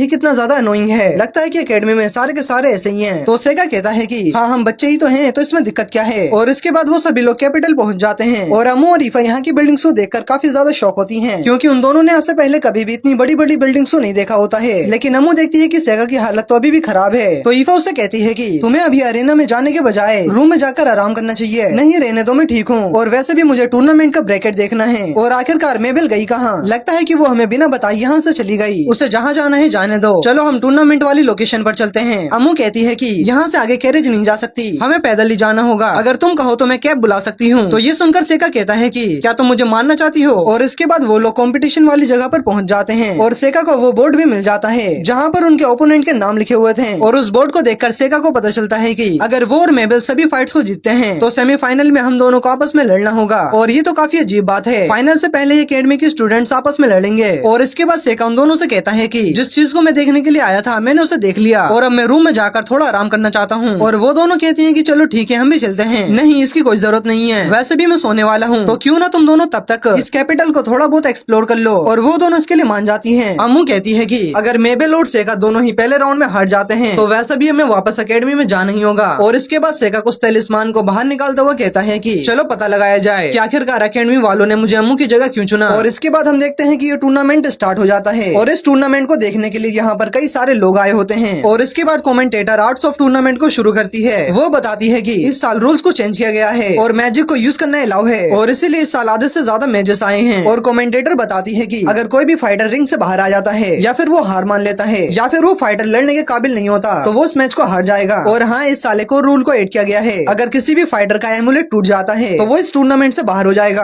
और वहीं सेका अपने एमुलेट को देखकर सोचता है कि ये एमुलेट हमारे ओपोनेंट से डैमेज को कलेक्ट करेगा और जब ये एमुलेट अपनी लिमिट पर पहुंच जाएगा तो ये अपने आप ही टूट जाएगा। तो सेका कहता है कि ये तो काफी अच्छा तरीका है कैजुअलिटी से बचने का। और इसके बाद अनाउंसर कहती है कि हमारा पहला फाइटर लैम्प्रोज फैमिली से है, यानी कि सेका लैम्प्रोज, जो कि एक मेज है। और हमारे दूसरे फाइटर है डेनियस रागन, जो कि एक स्वॉर्ड्समैन है और गेलेज मर्सनरी का एक स्किल्ड मेंबर भी है। डेनिस की फैमिली ने उसके बुरे बिहेव की वजह से उसे घर से निकाल दिया। और वहीं डेनिस सेका को देखकर कहता है कि मैं कितना ज्यादा लकी हूँ कि मुझे एक नोबल बच्चे से लड़ना होगा। कमेंटेटर कहती है कि ये देखने में काफी ज्यादा मजा आएगा कि एक मेज और स्वॉर्ड्समैन के बीच में कौन जीतता है। और वहीं डेनिस कहता है कि मेजेस काफी ज्यादा वीक होते हैं क्योंकि उन्हें अपने स्पेल्स को कास्ट करने में काफी ज्यादा टाइम लगता है और इतने समय में मैं तुम्हें 10 बार काट सकता हूँ। और वहीं सेका कहता है कि मुझे बिल्कुल भी अच्छा फील नहीं हो रहा है, मेरे सर में काफी ज्यादा दर्द हो रहा है। तो ये सुनकर डेनिस उससे कहता है कि क्या यार तुम अभी से बहाने बनाने लगे? नहीं, मेरे ये कहने का मतलब है कि मैं इस फाइट को काफी जल्दी खत्म कर दूंगा। और ये सुनकर डेनियस को गुस्सा आ जाता है और तभी अचानक डेनियस काफी तेजी से अपनी स्वॉर्ड को सेका के बॉडी के आर पार कर देता है। और डेनियस को लगता है कि सेका मर चुका है, लेकिन वो देखता है कि उसने जिसके ऊपर अटैक किया था वो तो सिर्फ एक तलिस्मान है। और तभी अचानक सेका डेनियस के पीछे आ जाता है। मैंने कहा था ना, मैं इस फाइट को काफी जल्दी खत्म कर दूंगा, गुड बाय। और तभी सेका डेनियस के ऊपर फोर्स आर्ट नाम का अटैक करता है और डेनियस काफी तेजी से दीवार में जाकर टकराता है। और ये देखकर ऑडियंस काफी ज्यादा शॉक हो जाती है और ये देखकर कमेंटेटर भी काफी ज्यादा शॉक होती है। आखिर ये अभी हुआ क्या? डेनिस ने तो सेका के ऊपर अटैक किया था और तभी अचानक सेका उसके पीछे आ गया और उसके अगले पल डेनिस रिंग से बाहर चला गया। और क्योंकि डेनिस रिंग से बाहर जा चुका है तो हमारे इस फाइट का विनर है सेका लैम्प्रोज। और वहीं सेका अपने मन में सोचता है कि डेनिस बच तो जाएगा, लेकिन मुझे भी थोड़ा केयरफुल लेना चाहिए था, लेकिन क्या ही फर्क पड़ता है, वो भी तो मुझे मारना ही चाहता था। और वहीं ईफा और अमू सेका के पहले मैच को जीतने पर काफी ज्यादा खुश होती हैं। और जब सेका जा रहा होता है तो यूकी उससे पूछती है कि वैसे आप कितने मैचेस को जीतना चाहते हो? वैसे मैंने अभी इसके बारे में तो सोचा नहीं है, लेकिन मैं तब तक मैचेस को जीतता रहूंगा जब तक मैं इससे बोर नहीं हो जाता। वैसे मजे करना करना काफी अच्छी बात है, लेकिन आप अपने पावर्स को काफी सारे लोगों के सामने यूज कर रहे हो, तो इसलिए आपको थोड़ा संभल कर रहना चाहिए। हाँ मुझे पता है, और हाँ आपको नहीं लगता कि आप अपने शिकिगामी का कुछ ज्यादा यूज कर रहे हो। नहीं, क्योंकि मेरे शिकिगामी को यूज करना काफी ज्यादा जरूरी है, इस टूर्नामेंट से भी ज्यादा। और इसके बाद सेका अपने शिकिगामी की मदद से अमू और ईफा की लोकेशन का पता लगा लेता है और वो उन दोनों के पास पहुंच जाता है और वो दोनों सेका को कांग्रेट्स कहते हैं उसके पहले राउंड को जीतने के लिए। और इसके बाद दूसरे राउंड स्टार्ट हो जाता है। अरेना में पहला फाइटर आता है और इसका नाम बैरन है, और बैरन जो कि सेज फोल्डो का एक प्राइम डिसाइबल है, और बैरन वाटर मैजिक को यूज करने में स्पेशलिस्ट है। और बैरन का ओपोनेंट है काइल, जो कि लेगरोक मर्चेंट गार्ड से आया है। कमेंटेटर कहती है कि हमारे पास काइल के बारे में ज्यादा इन्फॉर्मेशन नहीं है और ये दिखने में ना ही एक मेज लगता है और ना ही एक स्वॉर्ड्समैन। तो फिर देखते हैं कि काइल कैसे फाइट करता है। और इसके बाद ये फाइट शुरू हो जाती है। बैरन अपने स्पेल का यूज करके काइल के ऊपर अटैक करने वाला था, लेकिन तभी अचानक बैरन एक ही जगह पर फ्रीज हो जाता है और वो देखता है कि काइल की आंखें इविल तरह से चमक रही होती है। तो ये देखकर सेका कहता है कि यहाँ पर कुछ न कुछ गड़बड़ है, और काइल धीरे धीरे बैरन की तरफ बढ़ रहा होता है। तो सेका अपने शिकिगामी का यूज करके पास से देखता है। वो देखता है कि बैरन किसी चीज को देखकर काफी ज्यादा डरा हुआ है, और तभी वहाँ पर काइल आकर अपनी सोर्ड को बैरन के ऊपर स्टेप कर देता है और इसकी वजह से बैरन मारा जाता है। और ये देखकर वो सभी लोग शॉक हो जाते हैं। कमेंटेटर कहती है कि बैरन मर चुका है, इसीलिए हमारे इस राउंड का विनर है काइल, और ये टूर्नामेंट की पहली डेथ है। और वहीं हम कुछ ऑडियंस को देखते हैं जो कि बैरन की डेथ को देखकर काफी ज्यादा एक्साइटेड हो जाती है। ईफा कहती है कि क्या ये ऑडियंस पागल है, लगता है कि इस वर्ल्ड में लोगों के लिए डेथ काफी एक्साइटिंग चीज है। और वहीं सेका अपने शिकिगामी का यूज करके काइल को देखता है। काइल के एक्सप्रेशन बिल्कुल भी चेंज नहीं होते हैं, और वो ये देखकर समझ जाता है कि काइल के लिए लोगों को मारना ये आम सी बात है। सेका कहता है कि इन लोगों ने बताया कि काइल लेगरोज मर्चेंट का गार्ड है, मुझे नहीं लगता कि ऐसा कुछ है, वो तो बस एक कवर स्टोरी होगी और पता नहीं इसको किसने भेजा होगा। अमू कहती है कि आखिरकार बैरन अपनी जगह से हिल क्यों नहीं रहा था। तो ये सुनकर सेका अपने मन में सोचता है कि क्या इस वर्ल्ड में भी वो लोग एग्जिस्ट करते हैं, और सेका यहाँ पर इविल आई वेल्डर्स की बात कर रहा होता है। वहीं हम काइल को जाते हुए देखते हैं जिसकी आंखें काफी इविल तरीके से चमक रही होती है। और इसके बाद कमेंटेटर कहती है कि तो फिर चलो शुरू करते हैं इस टूर्नामेंट के सेकंड राउंड का पहला मैच, और इसमें लड़ने वाले हैं सेका लैम्प्रोज और उनका ओपोनेंट है लेविनियर द पपेटर। लेविनियर ने अपने पहले मैच में अपने ओपोनेंट को पास भी नहीं आने दिया था। तो फिर देखते हैं कि आखिरकार एक मैच के अगेंस्ट उसकी स्ट्रेटेजी कैसी होगी। और तभी लेमिनेट सामने आती है। वो सेका से कहती है कि मैंने इसे स्पेशली मैचेस के लिए बनाया है, और तुम्हें पता है मैंने एंटी मैजिक कॉम्बैट में महारत हासिल की है, तो इसलिए तुम सोचना भी मत कि तुम मुझे हरा सकते हो। और सेका उस गोलम के ऊपर काफी सारे स्पेल्स को देखता है और उनके बीच का ये मैच स्टार्ट हो जाता है। लेमिनेट सेका से कहती है कि तुम हार मान लो क्योंकि तुम्हें दूसरा मौका नहीं मिलने वाला, लेकिन सेका उसकी बातों पर बिल्कुल भी ध्यान नहीं देता। और तभी वो वॉइड से एक डीमन को समन करता है, और वो डीमन उतना ज्यादा फास्ट होता है और वो एक ही झटके में लेमिनेट के गोलम को कई हिस्सों में काट देता है। वो डीमन इतना ज्यादा फास्ट होता है कि वो किसी को भी दिखाई नहीं देता, और कमेंटेटर को लगता है कि सेका ने विंड मैजिक का यूज करके लेमिनेट के गोलम को काट दिया। सेका लेमिनेट के पास आकर उससे कहता है कि तुम्हारे पास अब भी एक मौका है, मैं तुम्हें मारना नहीं चाहता। और लेमिनेट भी डर के मारे हार मान लेती है, और सेका इस मैच को भी काफी आसानी से जीत जाता है। तो सेका जाते हुए कहता है कि मैं पकड़ा भी जा सकता था लेकिन मैं बच गया। तो यूकी उससे पूछती है कि आखिर ऐसा क्यों। तो सेगा उसे बताता है कि टूर्नामेंट के अंदर समनिंग करना अलाउ नहीं है, और अगर उन लोगों को पता चलता कि मैंने एक डीमन को समन किया है तो वो लोग मुझे टूर्नामेंट से डिस्क्वालीफाई कर देते हैं। और इस वीडियो में बस इतना ही। अगर वीडियो पसंद आई होगी तो वीडियो को लाइक और चैनल को सब्सक्राइब जरूर कर देना, और हाँ वीडियो को हाइप भी जरूर कर देना। सो मिलते हैं नेक्स्ट वीडियो में।